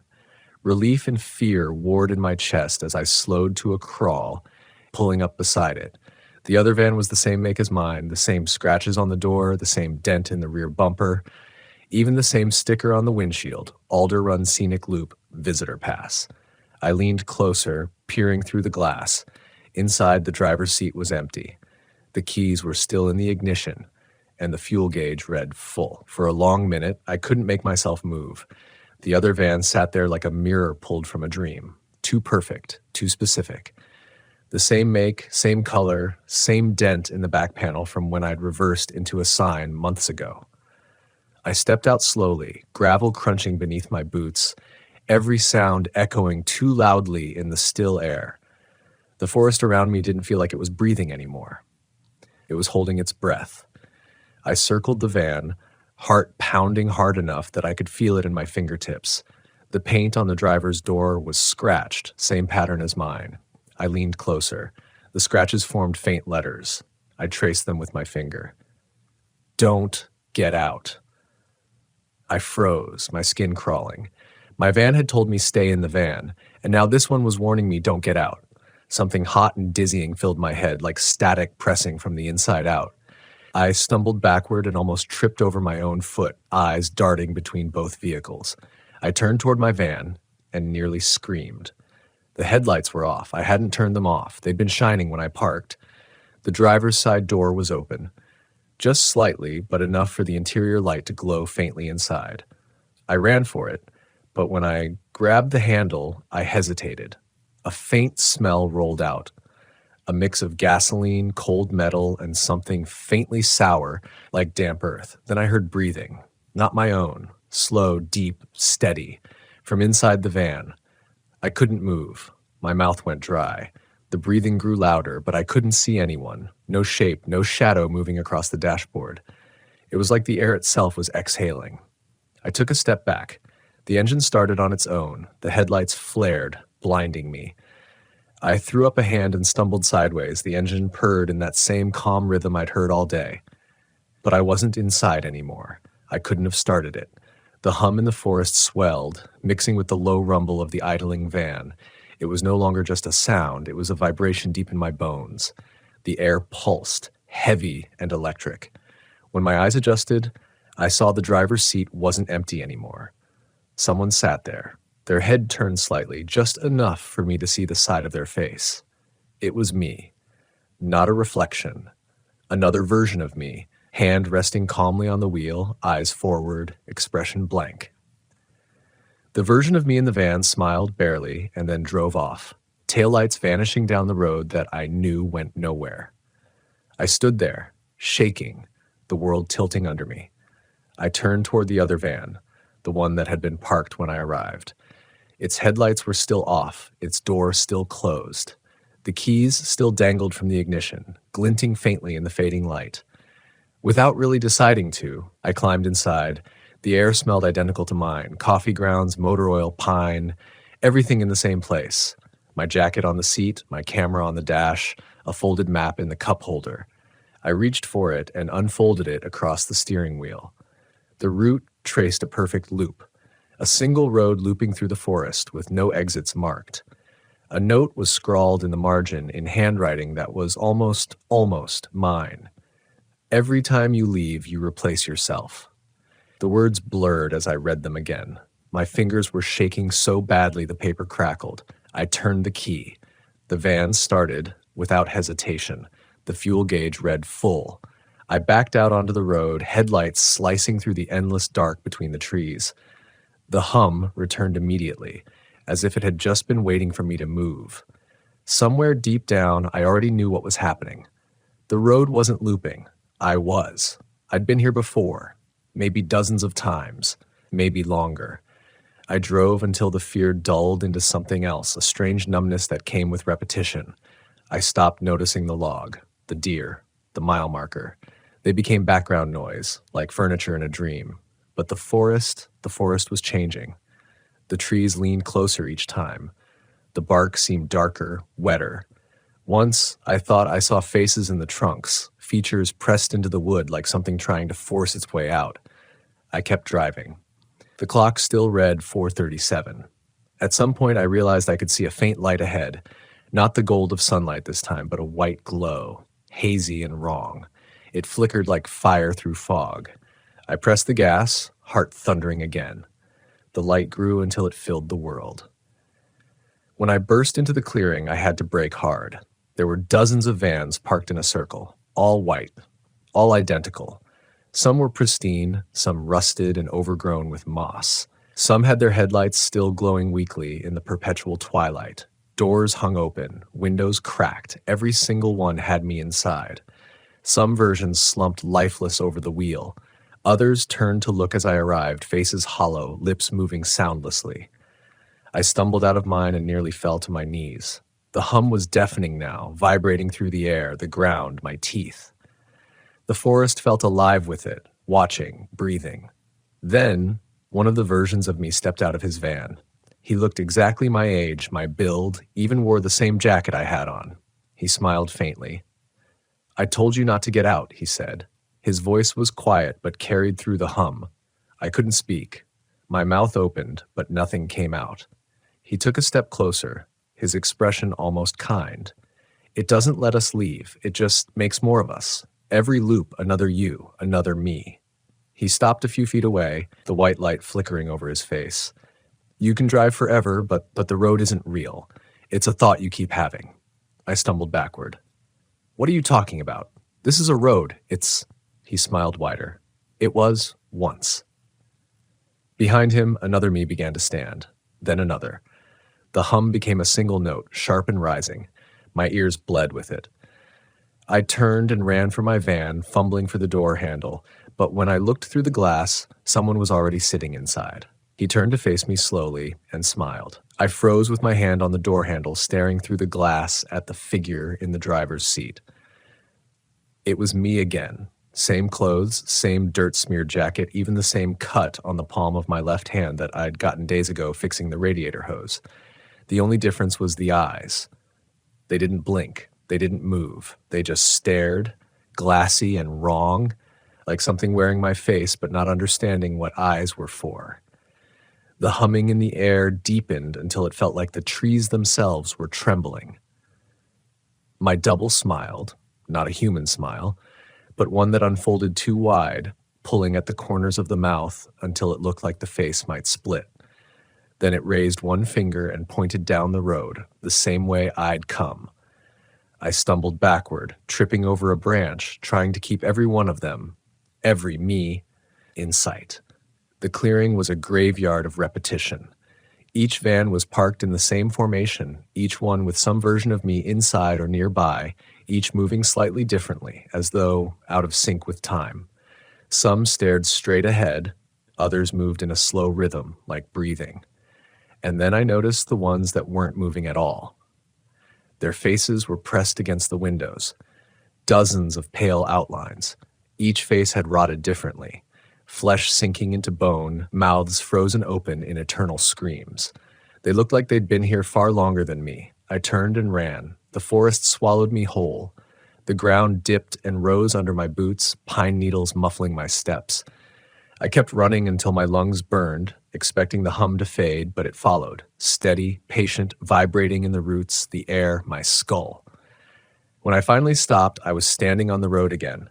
Same cracked asphalt, same green mile marker. 22.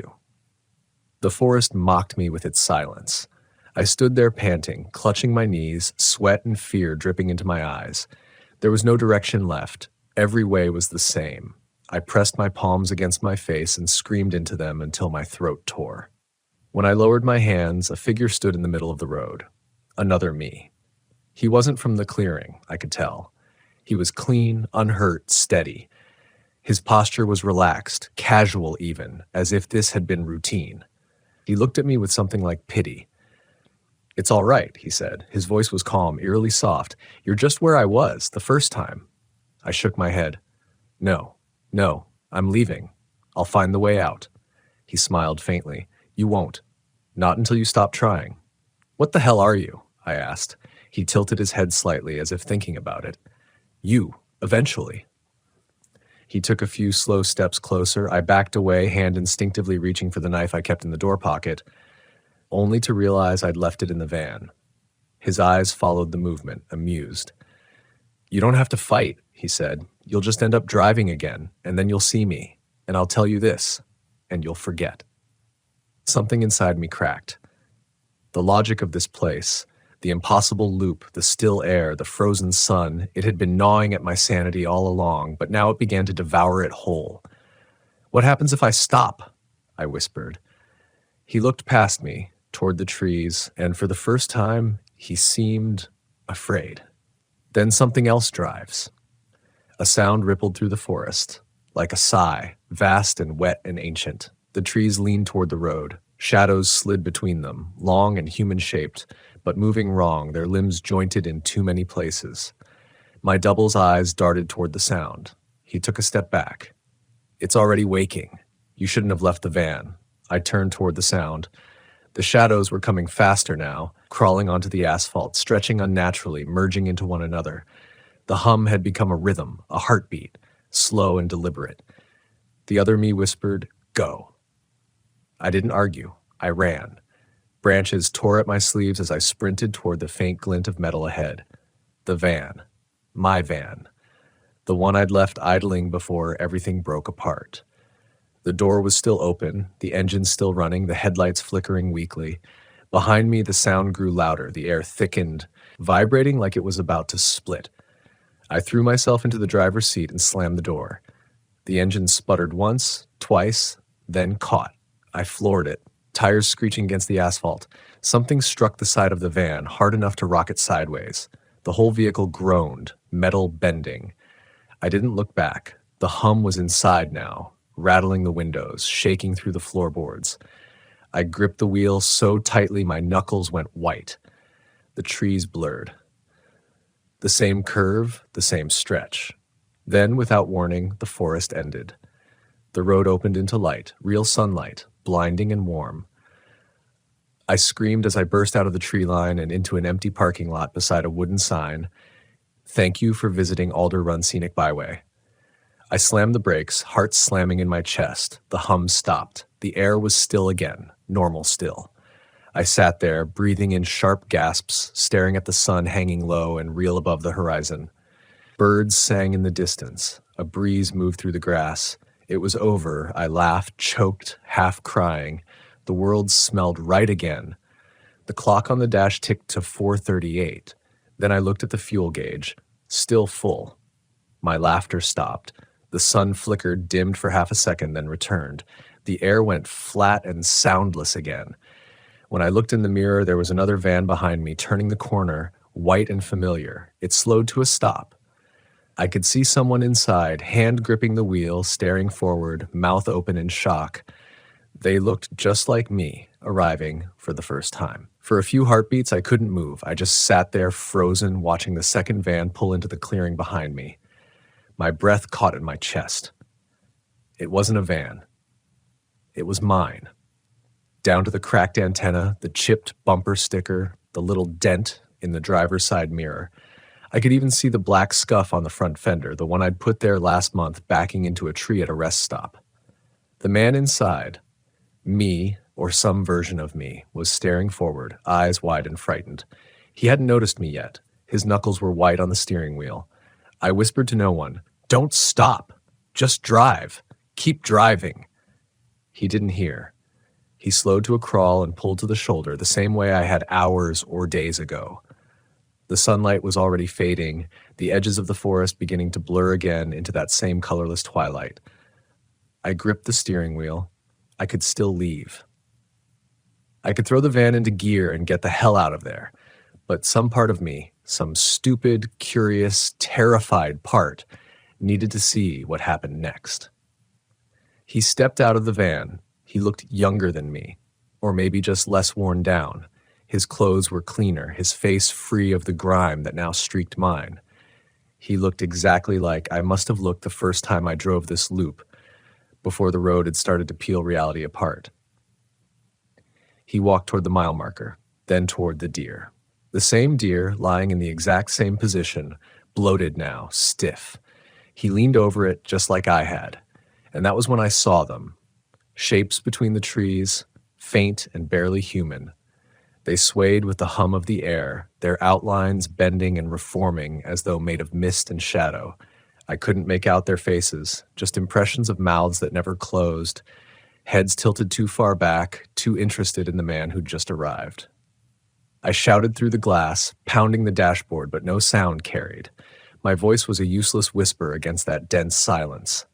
The other me turned toward the forest, sensing something. He froze. One of the shadows stepped out of the trees. It didn't walk. It just appeared closer.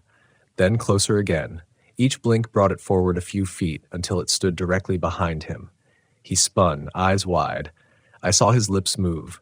I knew what he was saying. "Who's there?" The shadow tilted its head, its outline blurred and stretched until it looked like it was copying him. Same stance, same outline, same jacket. Then the features started to grow sharper, forming the curve of a jaw, the hollow of eyes. It was like watching a reflection crawl out of glass. It became him. The new version stepped forward, calm and expressionless. The original me, him, stumbled backward, panic in his eyes. He turned to run for the van, but his double was faster. It was on him in a heartbeat. He didn't even scream. The air seemed to swallow every sound as the thing leaned into him, its outline folding into his body, his limbs jerking once, twice, then going still. When the thing straightened again, it was him, perfectly. The deer twitched once on the asphalt, its body collapsing inward, as if deflating. The forest exhaled a low, shuddering hum. The new him, the replacement, walked back toward the van, slow and steady. He climbed in, started the engine, and drove forward onto the loop. I watched his taillights fade around the bend until they disappeared. My hands were trembling violently. I looked at the rearview mirror. The sky behind me was bleeding orange again, the same pre-dusk glow. The loop was resetting. But something had changed this time. The hum didn't fade completely. It lingered, subtle but constant, pulsing like a heartbeat under the noise of the engine. And when I looked at the tree line, I could see faint impressions of figures walking alongside the van, keeping pace with me. I pressed harder on the gas, but the speedometer stayed frozen at 40. The road unrolled endlessly, asphalt blurring into itself. Then my headlights caught something new ahead. A sign. Exit ahead, Alder Run Visitor Center. My heart leapt into my throat. An exit. I'd never seen that before.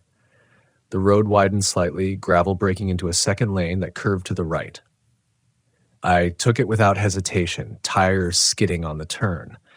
The hum in the air grew louder, angry. The van shuddered. Trees gave way to open space. A gravel parking lot appeared, an old building slouched at the edge of it. Wooden, weather-beaten, the windows dark. Alder Run Visitor Center. I slammed the brakes and stumbled out, the smell of dust and rain hitting me. The silence felt heavier here, like the world was holding its breath. The building's door was open just enough for the wind, or whatever passed for wind, to move it gently back and forth. I hesitated at the threshold, then stepped inside. The air was cold, dry, stale with the scent of mildew and rot. The walls were lined with old park maps, faded photos of hikers smiling the same wooden sign I'd passed this morning or yesterday. I couldn't tell anymore. A desk sat near the center of the room, covered in dust. Something was written on the wall behind it in shaky black paint. The road doesn't end. It waits. My pulse pounded in my ears. I turned toward the back of the room, where another door stood slightly ajar. Beyond it, a dim light flickered, yellow, weak, but undeniably alive. I pushed the door open. It led into another parking lot. A white van sat idling there, headlights off, exhaust steaming in the cold air, and sitting inside, head resting on the wheel, was me. I froze in the doorway, staring out at the idling van. My own breath fogged in the air, mingling with the thin white exhaust rising from its tailpipe. The engine purred softly, rhythmic, patient. A low vibration trembled through the ground, part mechanical, part alive. My hands were shaking again. I took one slow step forward. The gravel beneath my boots crunched so loud it made me wince. The van's headlights flicked on. I shielded my eyes from the sudden glare. For an instant, everything vanished into blinding white. Then the light dimmed, and I saw him, me, sitting behind the wheel, staring back through the glass. He didn't look like the others. This one looked tired. His face was gaunt, his eyes ringed with sleepless hollows. He watched me for several long seconds, then lifted a hand and pointed toward the passenger side door. My heart hammered so hard it felt like it might split my ribs. I didn't move. He gestured again, slower this time. Get in.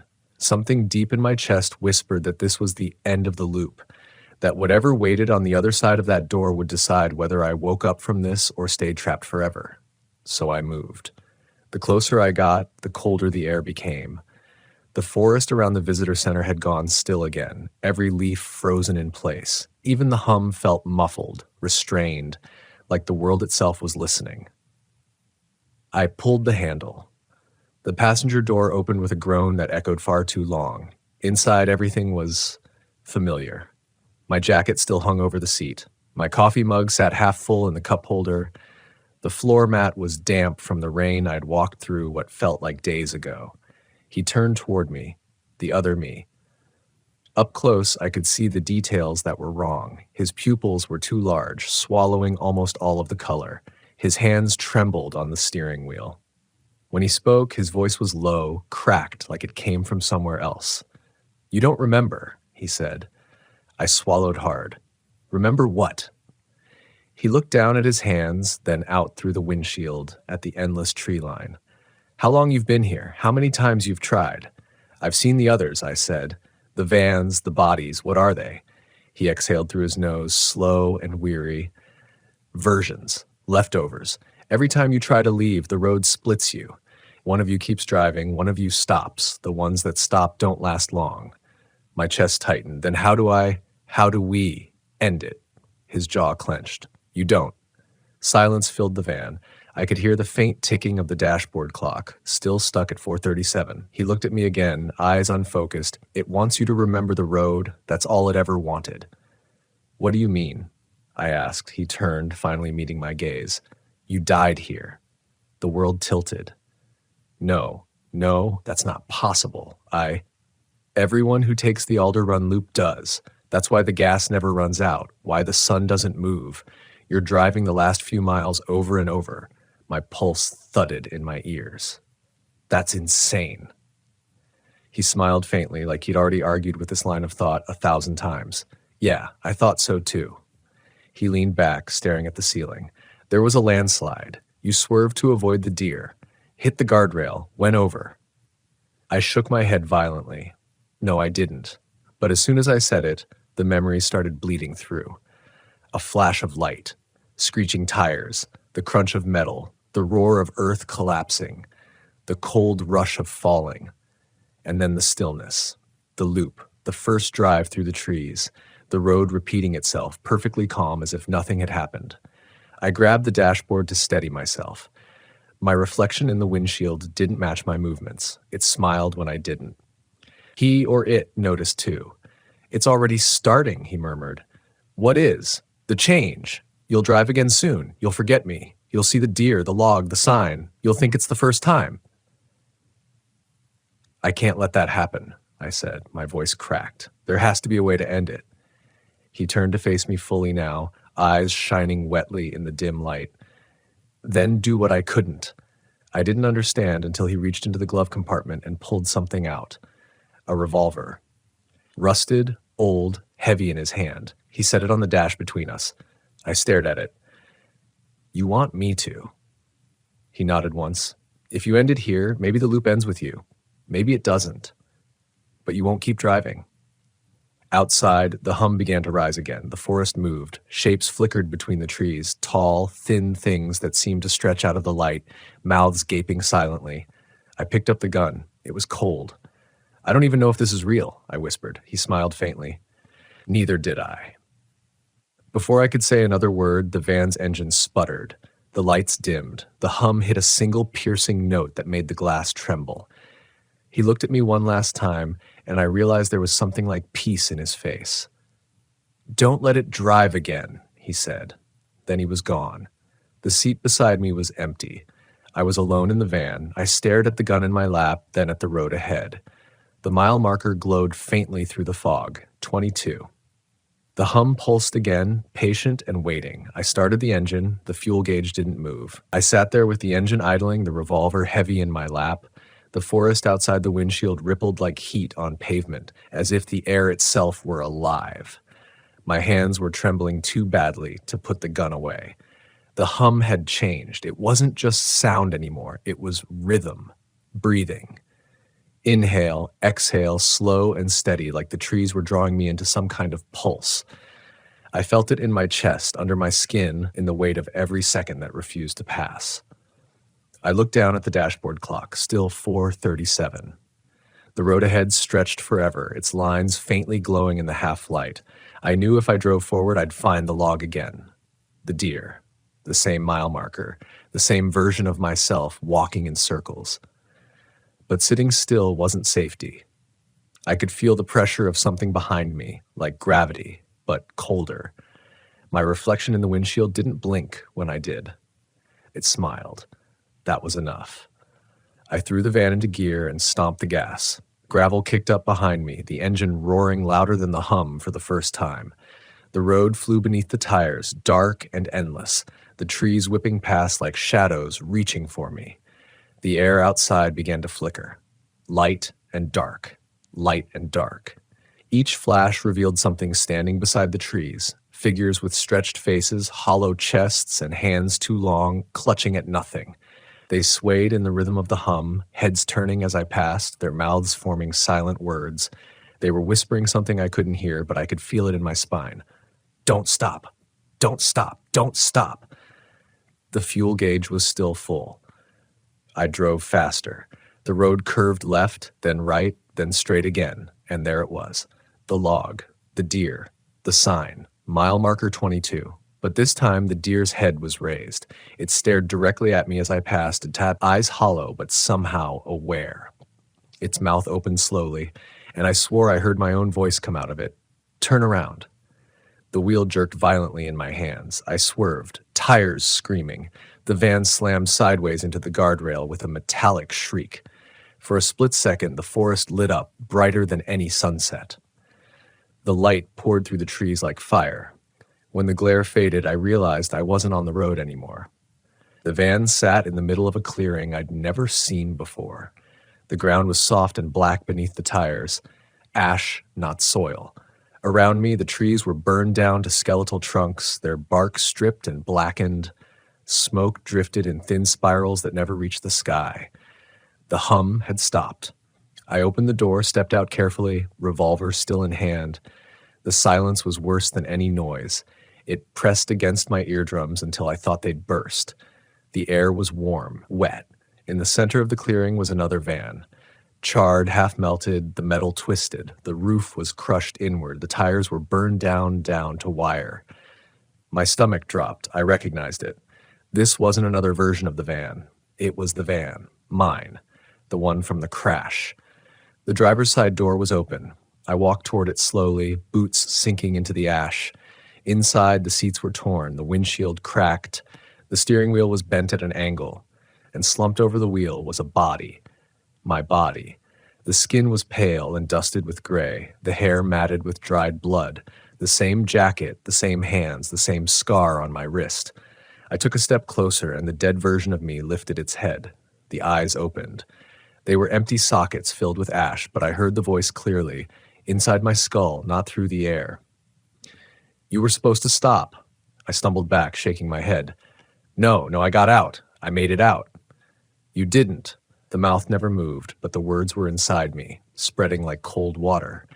"You keep trying to drive away from what happened. You never remember the crash. You just drive, over and over." "I can end it," I whispered. The body smiled faintly. "You said that last time." The ground trembled beneath my feet.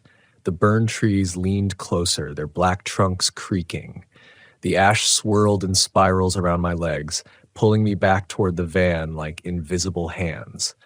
I raised the revolver. The air around me shuddered. The hum returned, distant but rising, like the heartbeat of something beneath the earth. "I can end it," I said again, louder this time. "I can end it." The forest exhaled, and for the first time since the loop began, the sun moved. It sank quickly, light bleeding away until everything was drenched in deep orange. The voice inside me whispered one last thing, "Then don't miss." I pressed the barrel under my chin and pulled the trigger. Click. No bullet. Just the soft echo of the hammer falling. The hum rose to a scream.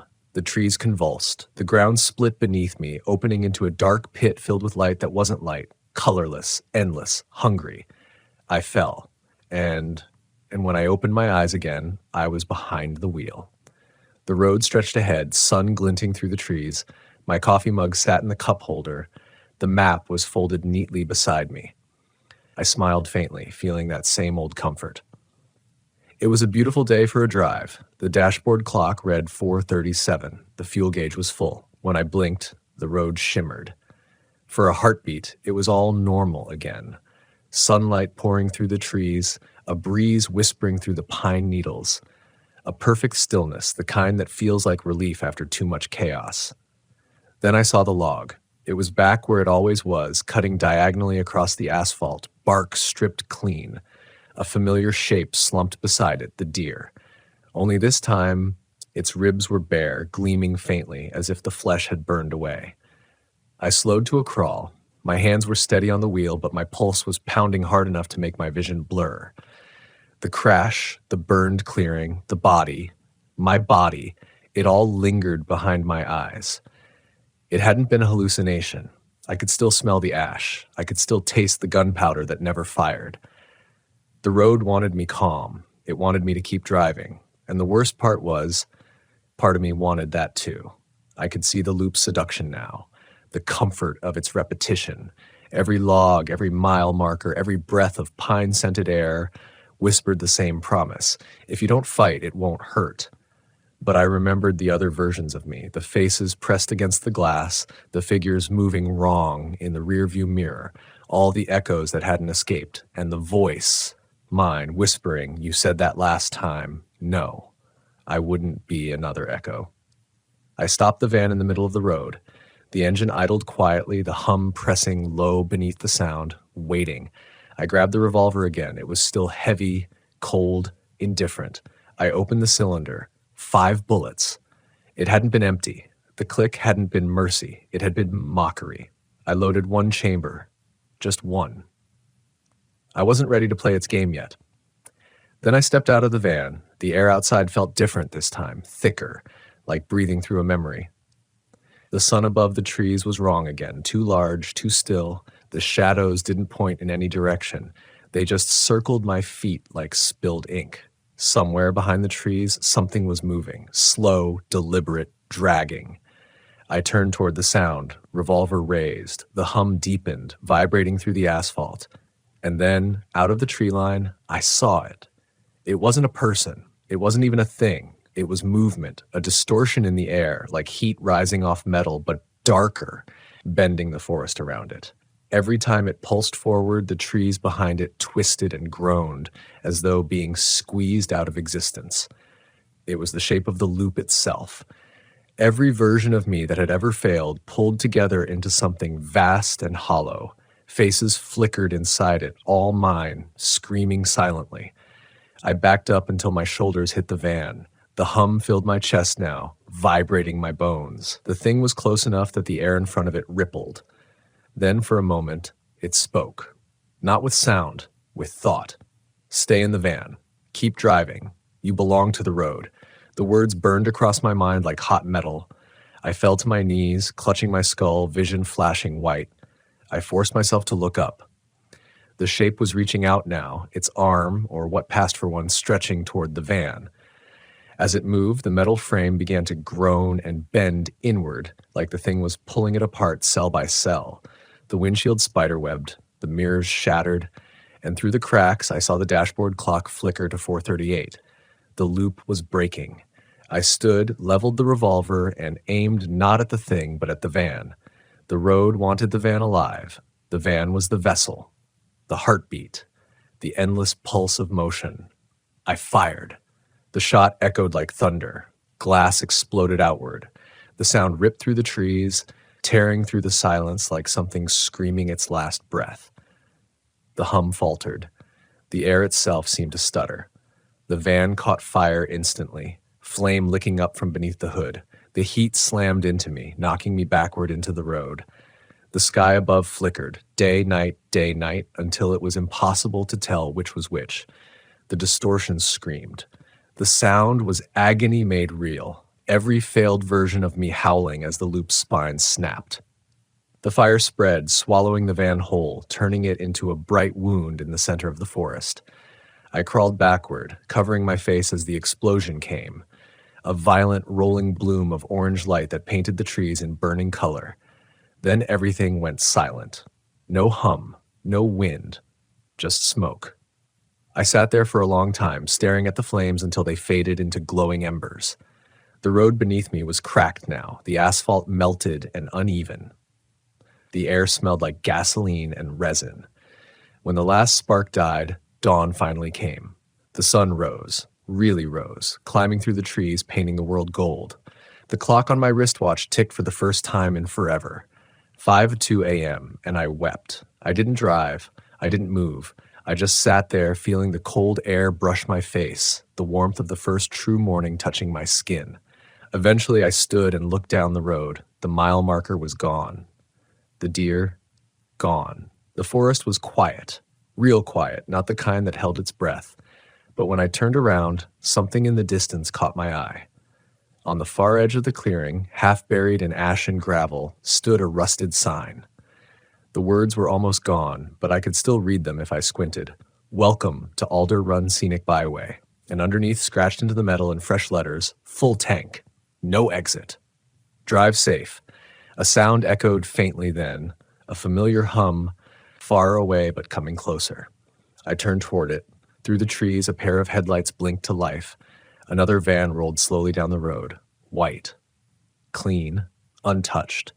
And behind the wheel, a man I recognized too well, squinting into the light, curious, unaware, just beginning his drive. I wanted to run, to scream, to warn him, but the words caught in my throat. My tongue felt heavy, like it didn't belong to me. Instead, I just stood there, watching him pass. He didn't see me. He smiled faintly at the trees, rolled down his window, and breathed in the forest air. Somewhere deep inside I understood. The road never ends. It only forgets who's driving. And as the van vanished around the bend, I heard the hum rise again, calm, steady, infinite. I turned toward it and smiled.